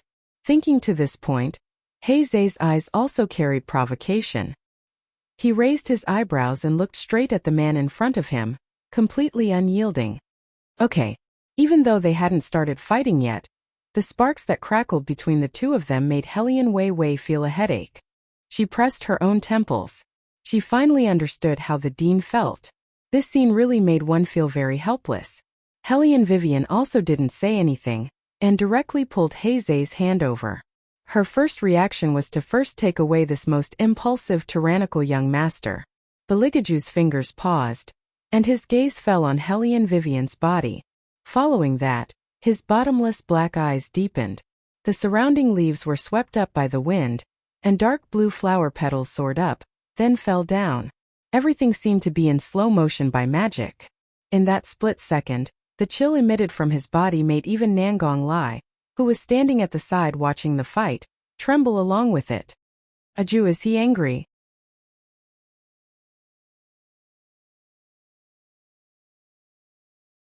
Chapter 161. Why? Just because even Hellion Vivian dragged the He family's young master away, so that he couldn't fight? Nangonglai rubbed his chin and guessed that it wasn't just that. Aju you. He hadn't finished speaking when Bailey Jiaju's voice interrupted him. The smile on the side of his face was like a killing order from the devil, incomparably enchanting and gorgeous. It seems that it's time for the prey to properly recognize who she belongs to. As he spoke, he turned around. His long curly hair, as black as the night, added a bit of enchanting charm to his beauty. Even the few strands of bangs that casually fell from his forehead and stuck to his fair forehead made people feel that he was unbelievably handsome. Nangonglai swallowed his saliva and looked at that handsome face that was different from the usual ice-cold as frost. He swallowed back the words he wanted to say just now. He was really angry. Creak, the deep blue petals stepped on, making a loud noise. But Baligaju seemed to like the sound of this kind of beautiful thing being destroyed. His handsome face, as if carved by a knife, carried a smile that made people shudder. Shadow followed behind him. His Highness. Baligaju didn't speak, as if he was a bit absent-minded. Shadow didn't know why his master suddenly stopped.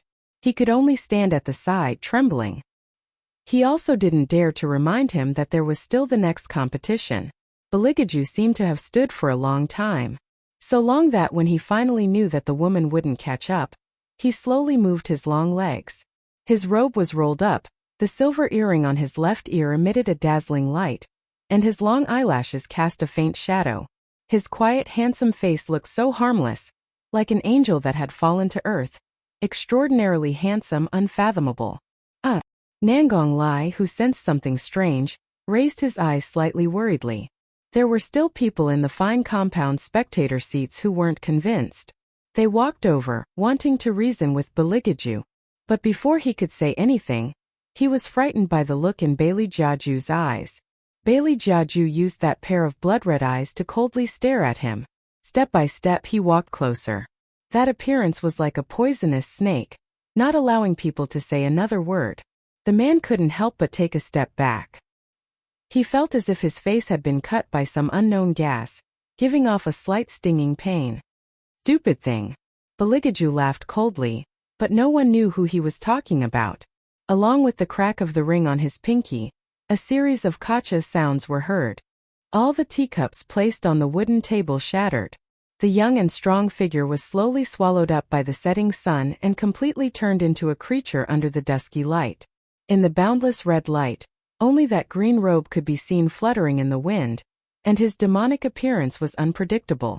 At the moment of encountering the devil, it was as if an invisible hand had quietly swallowed everything. Nangonglai looked at this scene and frowned. He didn't know if the next match would be able to continue. It was obvious that Aju did not intend to continue. What was it that made him lose interest? Nangonglai wrinkled his thick eyebrows and let out a long sigh. He put his hands behind his head and his gaze fell on Hellion Vivian. Although Hellion Vivian was using force to suppress Heizei, she didn't forget to pay attention to her teammates' movements. Seeing Baligaju leave, she originally wanted to leave as well, but she was pulled back by Heizei. She didn't know who he was deliberately doing this for, but he pulled her whole body into his embrace. Don't move. What are you doing? Hellion Vivian wrinkled her eyebrows and sneered. You better give me a reasonable explanation. Heizei pressed down on her head, but his eyes weren't looking at her. Instead, they were looking straight at the beautiful figure outside the arena. As if spoiling her, he raised his lips and smiled. What's there to explain? Although we're not in the same courtyard, you shouldn't be so cold to me, good sister. You're crazy. Hellion Vivian sneered and directly punched him in the chest. Heizei coughed heavily and said in a low voice, You're so ruthless.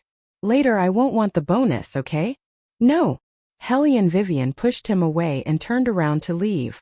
Only when she saw the stunned figure did she realize what her partner was up to. So it turned out that he wanted to make his little childhood sweetheart jealous. That's why he did such a strange thing. She couldn't help but wonder if the He family's young master was stupid. Could it be that he didn't know that doing this would only push the other party further and further away? Sure enough, the children of ancient times didn't have a high EQ. Hellion Vivian didn't have time to explain to that childhood sweetheart. First of all, she was the captain of the inferior compound. She had to find her own team members first. Fortunately, Beligaju didn't go far. Hellion Vivian chased after him. The first thing she saw was his injured pinky finger. Her eyebrows jumped and she didn't say much. She directly pulled up the other person's hand. How did you get this wound? Beligaju's long eyebrows slightly creased as he turned his head. He was just considering whether or not he should take advantage of this moment to directly dismember this stupid little thing's 4 limbs. Especially her right hand, the hand that had touched others. Come a bit closer. Hellion Vivian pulled him towards her side again. Looking at that pretty finger, she took out a white handkerchief and helped him wipe it while saying with a smile, "So careless." Beligaju coldly snorted. The more he looked at her right hand, the more irksome it was. "I'll help you hold it up. That way the bleeding will stop." Hellion Vivian naturally held Beligaju's hand. Beligaju's pair of cold eyes paused. Following that, he looked into Hellion Vivian's eyes. Then he lowered his head and looked at the hand in his palm. It was a slender and strong hand. Although it was slender and beautiful, it was slightly rough because of the thin calluses on the fingertips. He was a very picky person. It wasn't that he hadn't seen hands that were more delicate and fair than hers. But now he actually felt that it would be a pity if such a hand was really broken. Beligaju furrowed his brows. He thought to himself, I'll give her one last chance. If she's still like this next time, I'll throw the man she touched into the sea to feed the fish. Or I'll just lock her up in my palace. I can build a golden cage for her and then strip her of all her clothes. No one would like someone to touch their prey. This was even more so for him. The competition is about to start. Let's go over first. After Hellion Vivian lowered her head to stop Beligaju's bleeding, her first reaction was to bring her team members to the next venue. After all, the martial chi test was arranged as the first round. If he wasn't there, they wouldn't be able to start the competition. Okay. Beligaju stood there with his eyes lowered. His tall figure was tall and his entire face was covered by a cloak. No one could see his expression clearly. Hellion Vivian also didn't notice the dangerous look in his eyes, because there wasn't enough time. According to the Academy's rules, all the contestants had to be on stage within a certain time limit. Otherwise, it would be considered as a complete forfeit.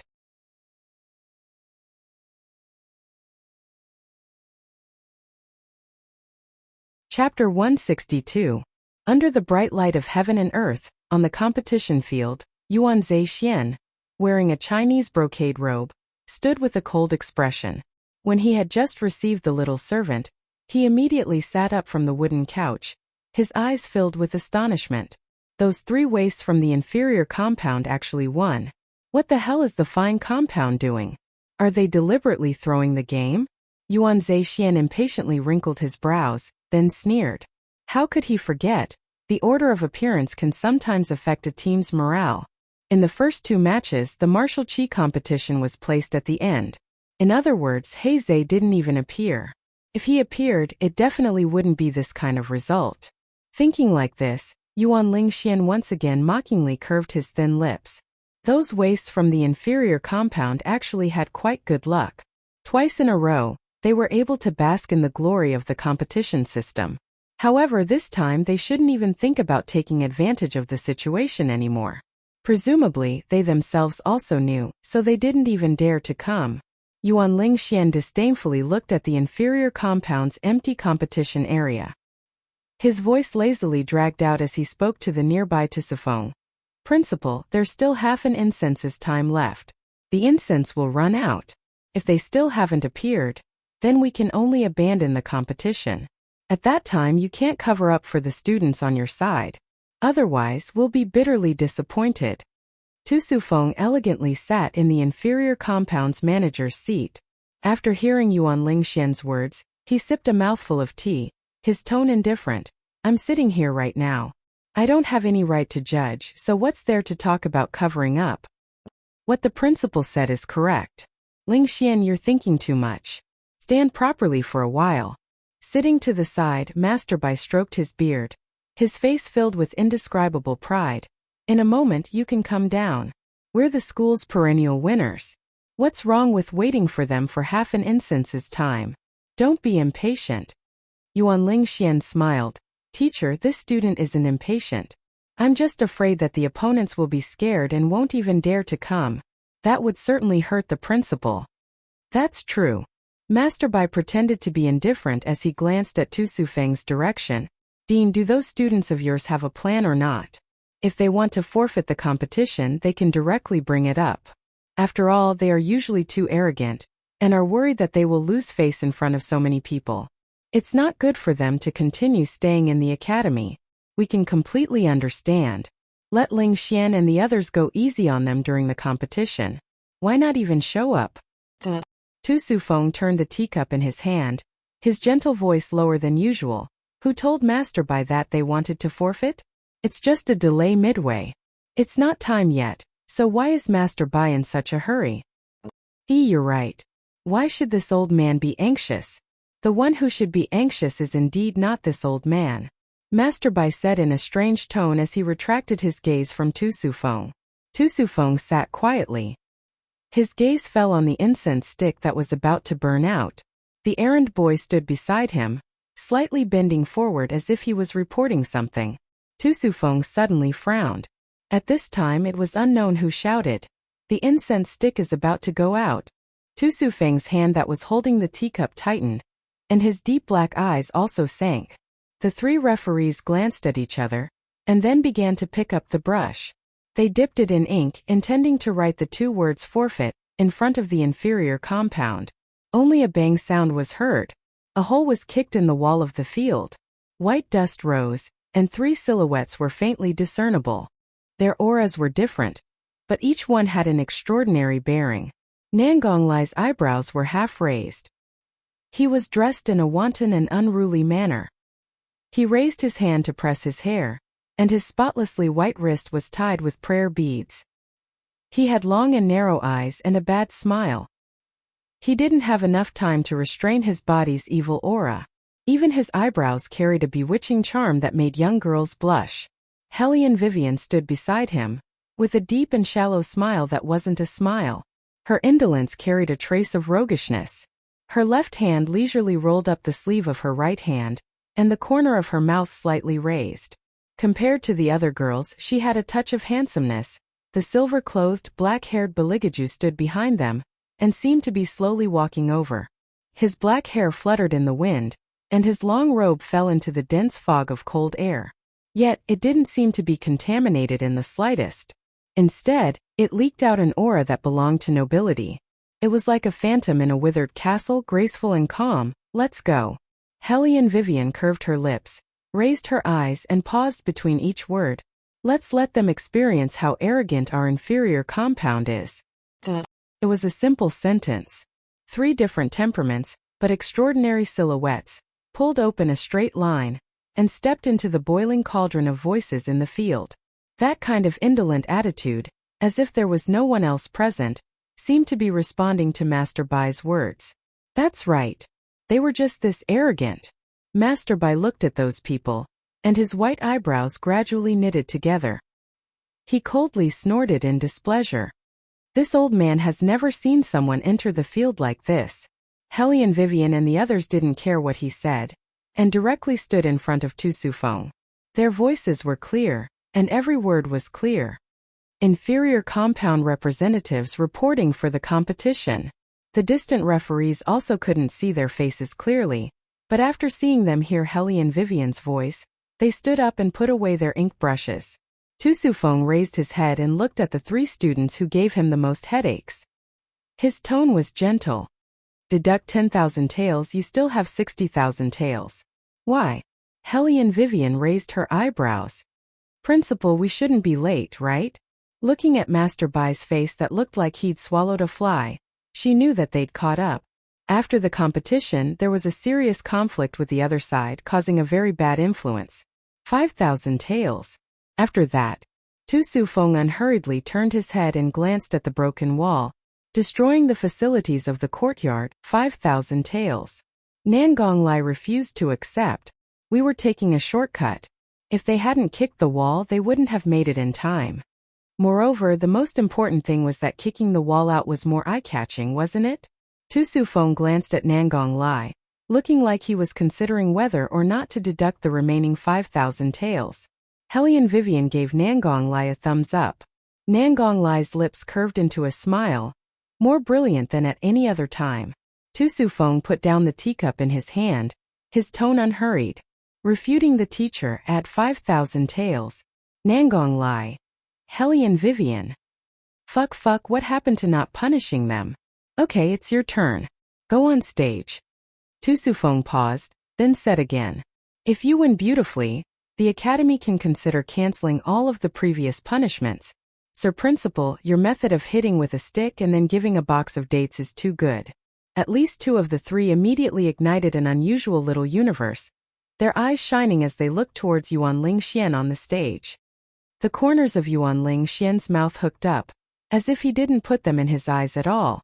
His attitude was perfunctory. Since you've come, then hurry up and fight. After you're done, I can still go back and take a nap.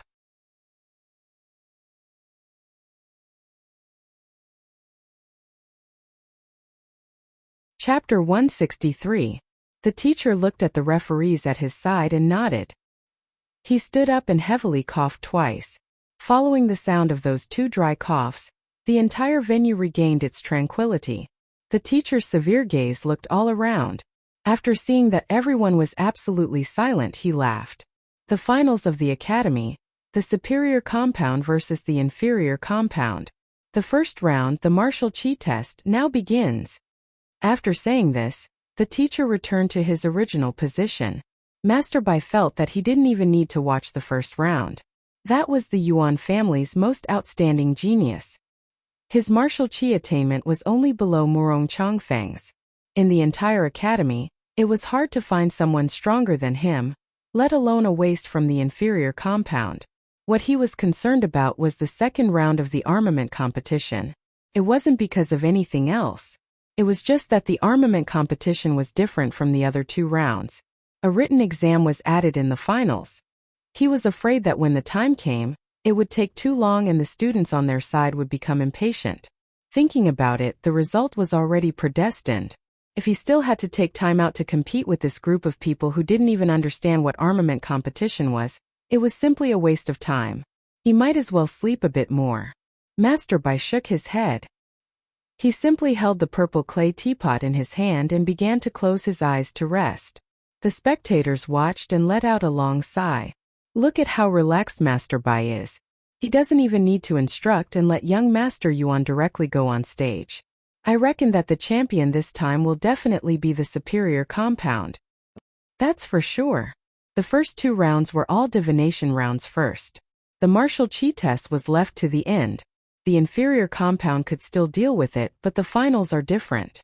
The first round is martial chi. Losing the first round is equivalent to losing half of the competition. That's right. That person from the inferior compound, do you know his background? What level of martial artist is he?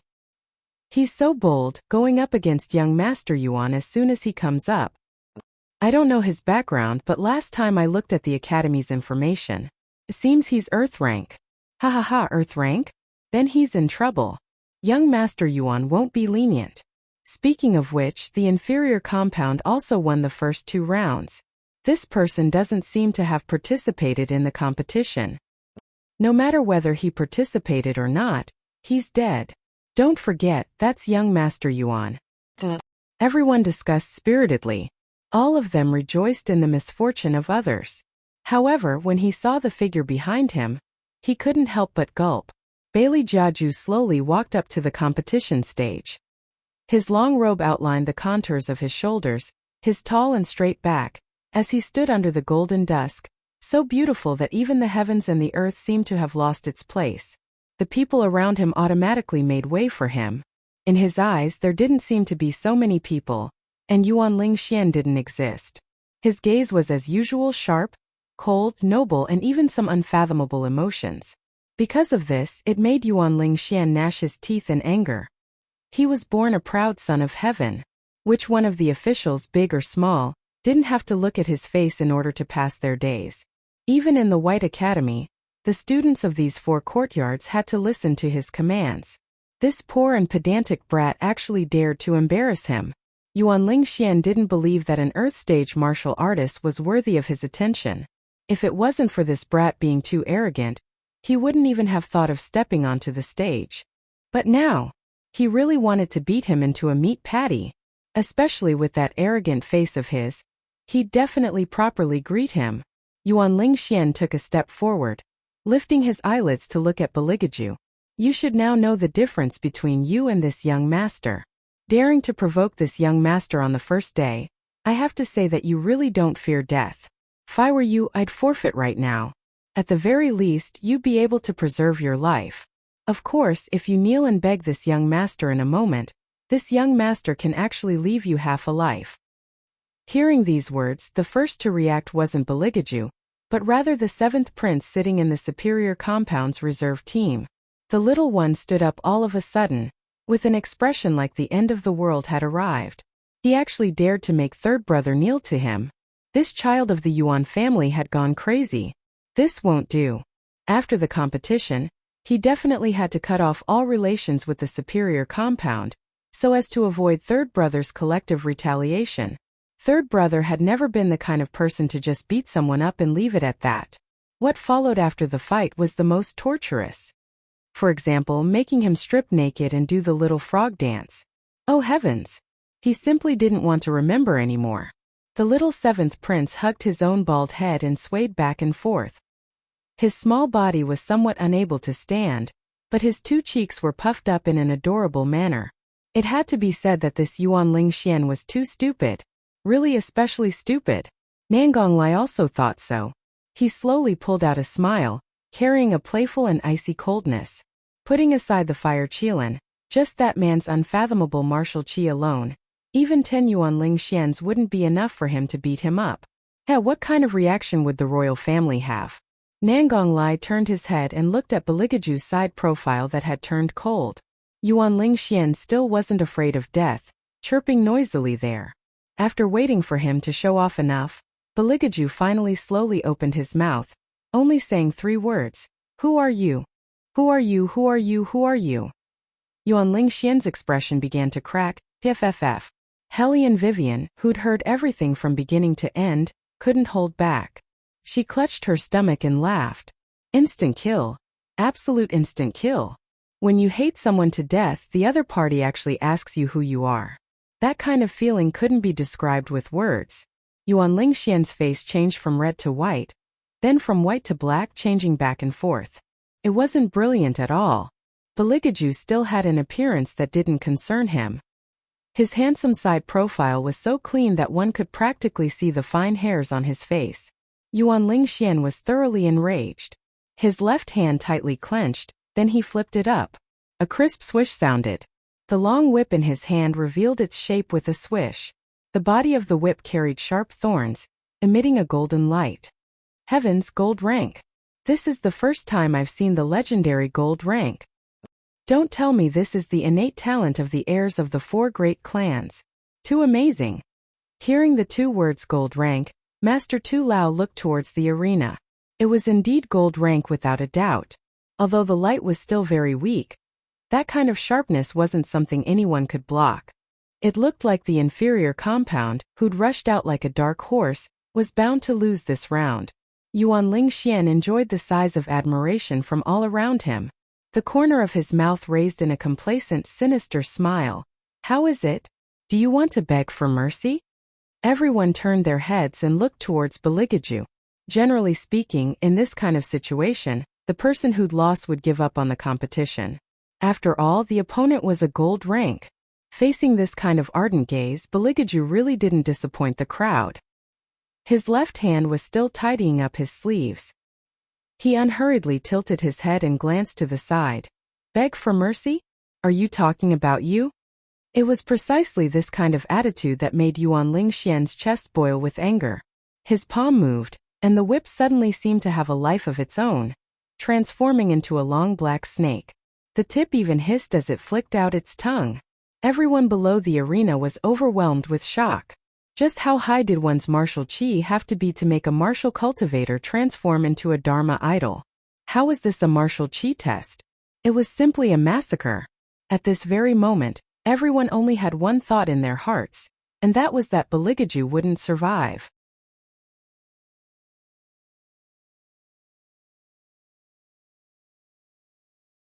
Chapter 164.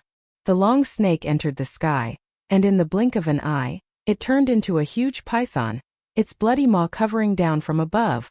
That kind of attack speed was fast, and its imposing manner was great. It simply wanted to kill the opponent. Don't mention an Earth stage martial artist. Even if they were similarly at the gold stage facing such a huge python, they wouldn't be able to escape. Baligaju's entire head entered the huge python's mouth, and the huge python's fangs were about to tear his head apart. Just as everyone was at a loss of what to do, Baligaju slowly opened his eyelids. His originally black pupils seemed to be covered with a layer of pure golden light as he aimed at the huge python's pupils. Because the marble under his feet couldn't resist this strong force, it already cracked open with golden lines. The huge python's fangs finally completely covered down, completely swallowing Baligaju into its belly. Yuan Lingxian proudly hooked his lips. However, in the next second, his pair of pupils that had always looked down on others couldn't help but violently sway.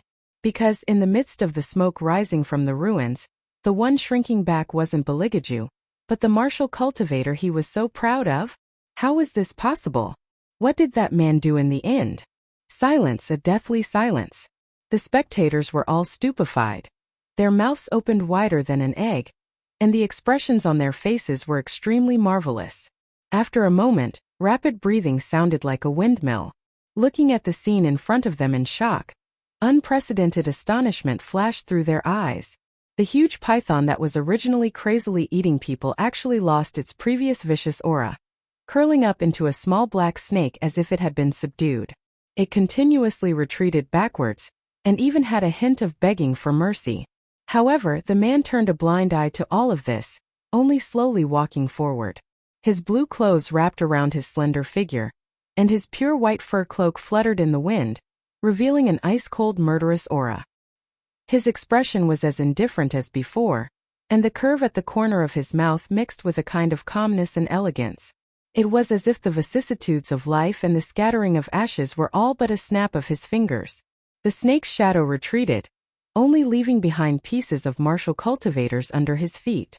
Yuan Lingxian held up those pieces of tungsten with heartache, and just as he was about to say something, he discovered that he couldn't raise his right hand. Creak! Black Sauls stepped on the ground. Only now did Yuan Lingxian realize that not only was his opponent destroyed by his beloved armament, what was even more frightening was that his right hand couldn't even move. Could it be that he was also from the four great clans? No. Impossible. He had seen all the people from the four great clans.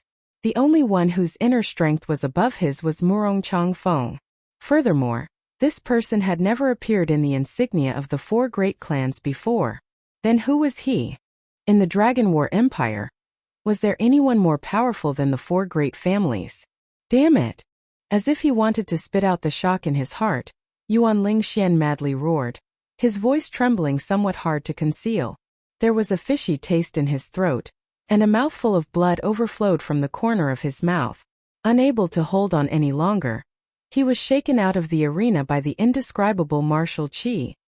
His entire body moved towards Master Bai's side. Victory and defeat had already been decided. Master Bai subconsciously wanted to reach out and take it, but his palm followed with numbness, and his face was filled with unspeakable surprise. This was residual energy. Even he couldn't resist the remaining qi. How could this be? Whoosh! The crowd was in an uproar. Almost all of them stood up. Even Master Tu Lao, who was sitting in the judging panel. Genius, this is definitely a genius. Did you guys see? The people who held their breaths could no longer control their excited emotions, and the arena immediately sunk into an indescribable excitement. It was precisely because Baligaju hadn't participated in a single martial qi test before. That was why he was able to achieve this kind of breathtaking effect. If it was before this competition, they were still doubting Baligaju's ability. Now they were shaken to the point that even their blood was boiling. Just like what Master Tu Lao said, this was definitely a genius. Among them, the people from the superior compound and fine compound were so embarrassed that their faces were somewhat purple, as if they had been slapped in front of everyone. The good compound, on the other hand, had been applauding the entire time, because ever since the first competition, they had been thoroughly conquered by the inferior compound, and even said that they would follow the inferior compound in the future. There were even a few students who ran over to ask Nangong Lai if they would accept any younger brothers. Nangong Lai blew his hair, and was just about to refuse.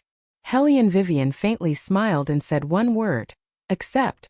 Tu Sufeng listened to the sounds all around like a tide, and when he heard what was said, he sipped a mouthful of tea, and his eyes slightly brightened. This was Beligaju, the invincible Shan Dao of those years. For so many years, he had lost his martial qi, and trapped himself in the palace. He hadn't moved a single hand, to the extent that everyone had forgotten how terrifying he was when he moved. In the distance, the person who was currently watching this scene, the paper umbrella in his hand heavily fell to the ground, and his pupils swayed back and forth. Elder Huan, this is... Heavens, Dragon War Empire still had this kind of genius? Why wasn't he in their battle spirit forces? Logically speaking, for someone of this level, it was impossible to not be noticed. Huan Mingxiang stroked his shining white beard, his long sleeves floating in the air, like an immortal. Now, do you still feel that these people from the inferior compound don't have the qualifications to replace the superior compound students and enter our battle spirit forces? The person choked at Huan Mingxiang's words, and let out a long sigh. However, as rational as he was still very cautious. This only proves that he can. I still haven't seen the other people's abilities. Then continue to watch. Huan Mingxiang stood steadily, but his heart was somewhat apprehensive.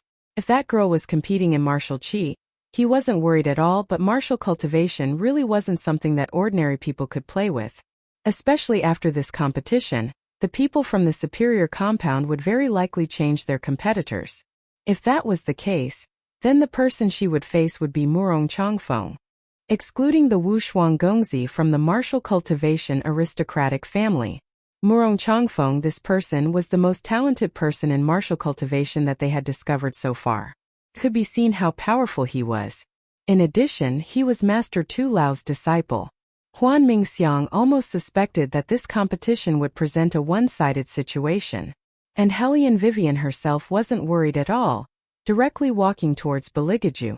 Her walking posture was very handsome, as if she was leisurely taking a stroll in the back garden. Only when she arrived in front of Bailey Hanbing did she stop her footsteps, freeing one hand and raising it high. Beligaju also curved his lips, slightly raising his slender left hand. Pa! A handsome clap of hands sounded. The two people's bodies unexpectedly carried the same languid aura, almost making people feel that they were very compatible when standing together. Okay, it's my turn. Hellion Vivian brushed her sleeves, the corners of her mouth carrying a smile, emitting a faint evil aura.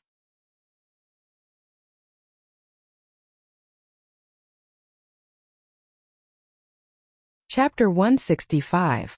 On the other side, people were still silent, unable to extricate themselves from the shock of the previous match. On the other side, Hellion Vivian had already lightly jumped onto the stage. The teacher standing at the side stared blankly, as if he had just recovered from the previous match. He hurriedly adjusted his reading glasses, cleared his throat and said, "The first match, the inferior compound wins. The second match, the armament test, please prepare to enter the stage." Right now, the superior compound is under a lot of pressure. The figure stood up and faced Master Bai's direction to look. After that, he sat down again, his face calm and collected.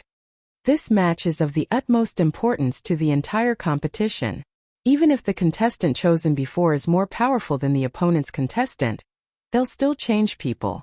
Those new students from the superior compound were clearly a bit flustered from the blow of that match just now.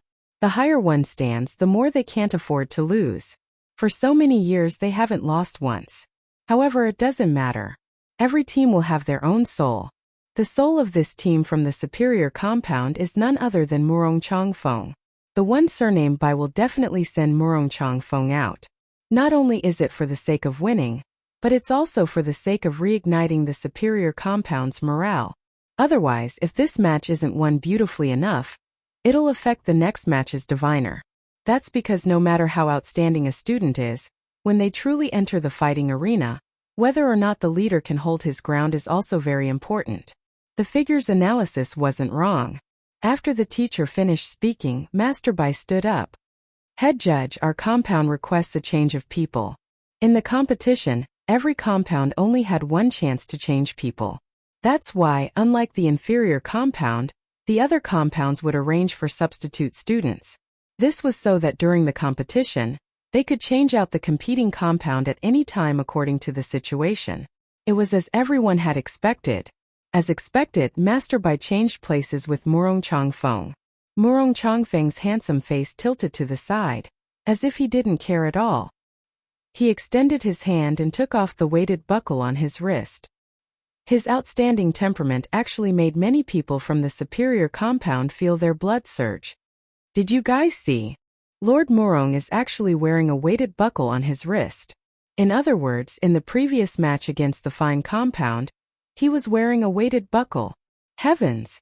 When we were at the fine compound, the speed at which he assembled the armaments was already very fast. I really don't dare to imagine what he'll look like after he removes the weight buckles. Murong Changfeng had long been accustomed to these kinds of praises. The arrogance on his face was clearly visible. Even if he concealed it well, there was still a faint complacency leaking out from the corners of his mouth. Master Bai stroked his beard and regained his calm. He believed that as long as Lord Murong was here, they would never lose. In the previous battle, it was only because they didn't know their opponent well enough that they didn't choose the right strategy. And in this match, it could be said that they knew each other well. Not only was the other party a well-known good-for-nothing in the capital, he was also a hedonistic, arrogant, and unreasonable person. He was pestering Lord Murong like a love-struck fool. This kind of person, any random student from the superior compound would be able to deal with him. However, just like what the shadow said, this time Master Bai let Murong Changfeng out. Not only to let him win, the most important thing was to get back the face of the previous match. Now I will announce the rules of the second match. The teacher's line of sight slowly swept over the people below the stage. After waiting for them to quiet down, he said, different from the previous two matches, the second match is divided into two parts. The first part is a written test. The competition rules are very simple. Here Master Tu Lao has prepared the same armament components for you. You can think about what kind of armament you can assemble using them. You only need 2 or more armaments to win. The time limit is half an incense stick. If you don't complete the task within this half an incense stick's time, you will be directly eliminated. In other words, you can't proceed to the next part of the competition. If 2 people both write 2 or more armaments, the one with the most is the winner. After saying this, the teacher retreated to the side. 2 stone pillars slowly rose from the wooden stage. The armament components placed on each pillar were the same, but what made people feel that the most difficult part of this question was that those armament components were very scattered, and also very unremarkable. To want to make a good armament from these armament components was originally very difficult, but now the Academy unexpectedly required the competitors to come up with at least 2 sets of plans. As expected of Master Tu Lao, even the questions he set were so tricky. Everyone thought, one after another, they looked towards Master Tu Lao's position. They saw that he didn't have much of a change in mood. Although this place wasn't far from the stage, his presbyopia also couldn't clearly see the appearance of the person on the stage. He only lightly stroked his beard.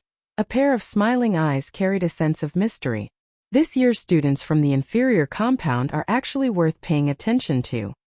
I really didn't expect that the one going on stage would actually be a girl. It seems that this match is getting more and more interesting. The judge sitting next to him glanced at him and laughed. Tu Lao, I say your eyesight is getting worse and worse. Isn't that the Hellion family's good-for-nothing young lady? You don't recognize her? How could he recognize her? Right now, all he's thinking about is that genius he saw at the Phoenix Pavilion.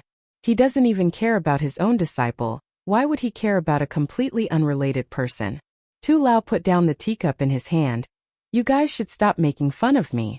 This year's inferior compound is indeed different from the rest. I admit this point. The other master's expression was slightly excited. Just now, that student from the martial chi test can directly enter the superior compound. Speaking of which, what is his origin in the end? How come this old man has never seen him before? Tu Lao also had the same doubts, but he himself wasn't very interested in the martial chi genius. What he wanted to see the most was that a dark horse could appear in this armament competition. You guys look. The heir has already started writing. It wasn't known who in the crowd said this sentence. Everyone all retracted their gazes, their eyes brimming with astonishment. So fast. It's done. Murong Changfeng only used a few minutes of time to put down the brush in his hand and hand it over to the teacher who was next to him. Please let the masters take a look. This is my answer. The teacher took the paper. He originally wanted to hand it over to Tu Lao, but Tu Lao lightly smiled and waved his hand, hinting him to hand it over to the master next to him. As expected of your disciple. In such a short time he came up with 3 sets of plans. The master who took the paper shook his head with envy in his eyes. This is simply a sure win. Regarding this kind of result, Tu Lao wasn't surprised. The corners of his mouth curved up. He still knew this disciple's ability, and it was indeed not bad.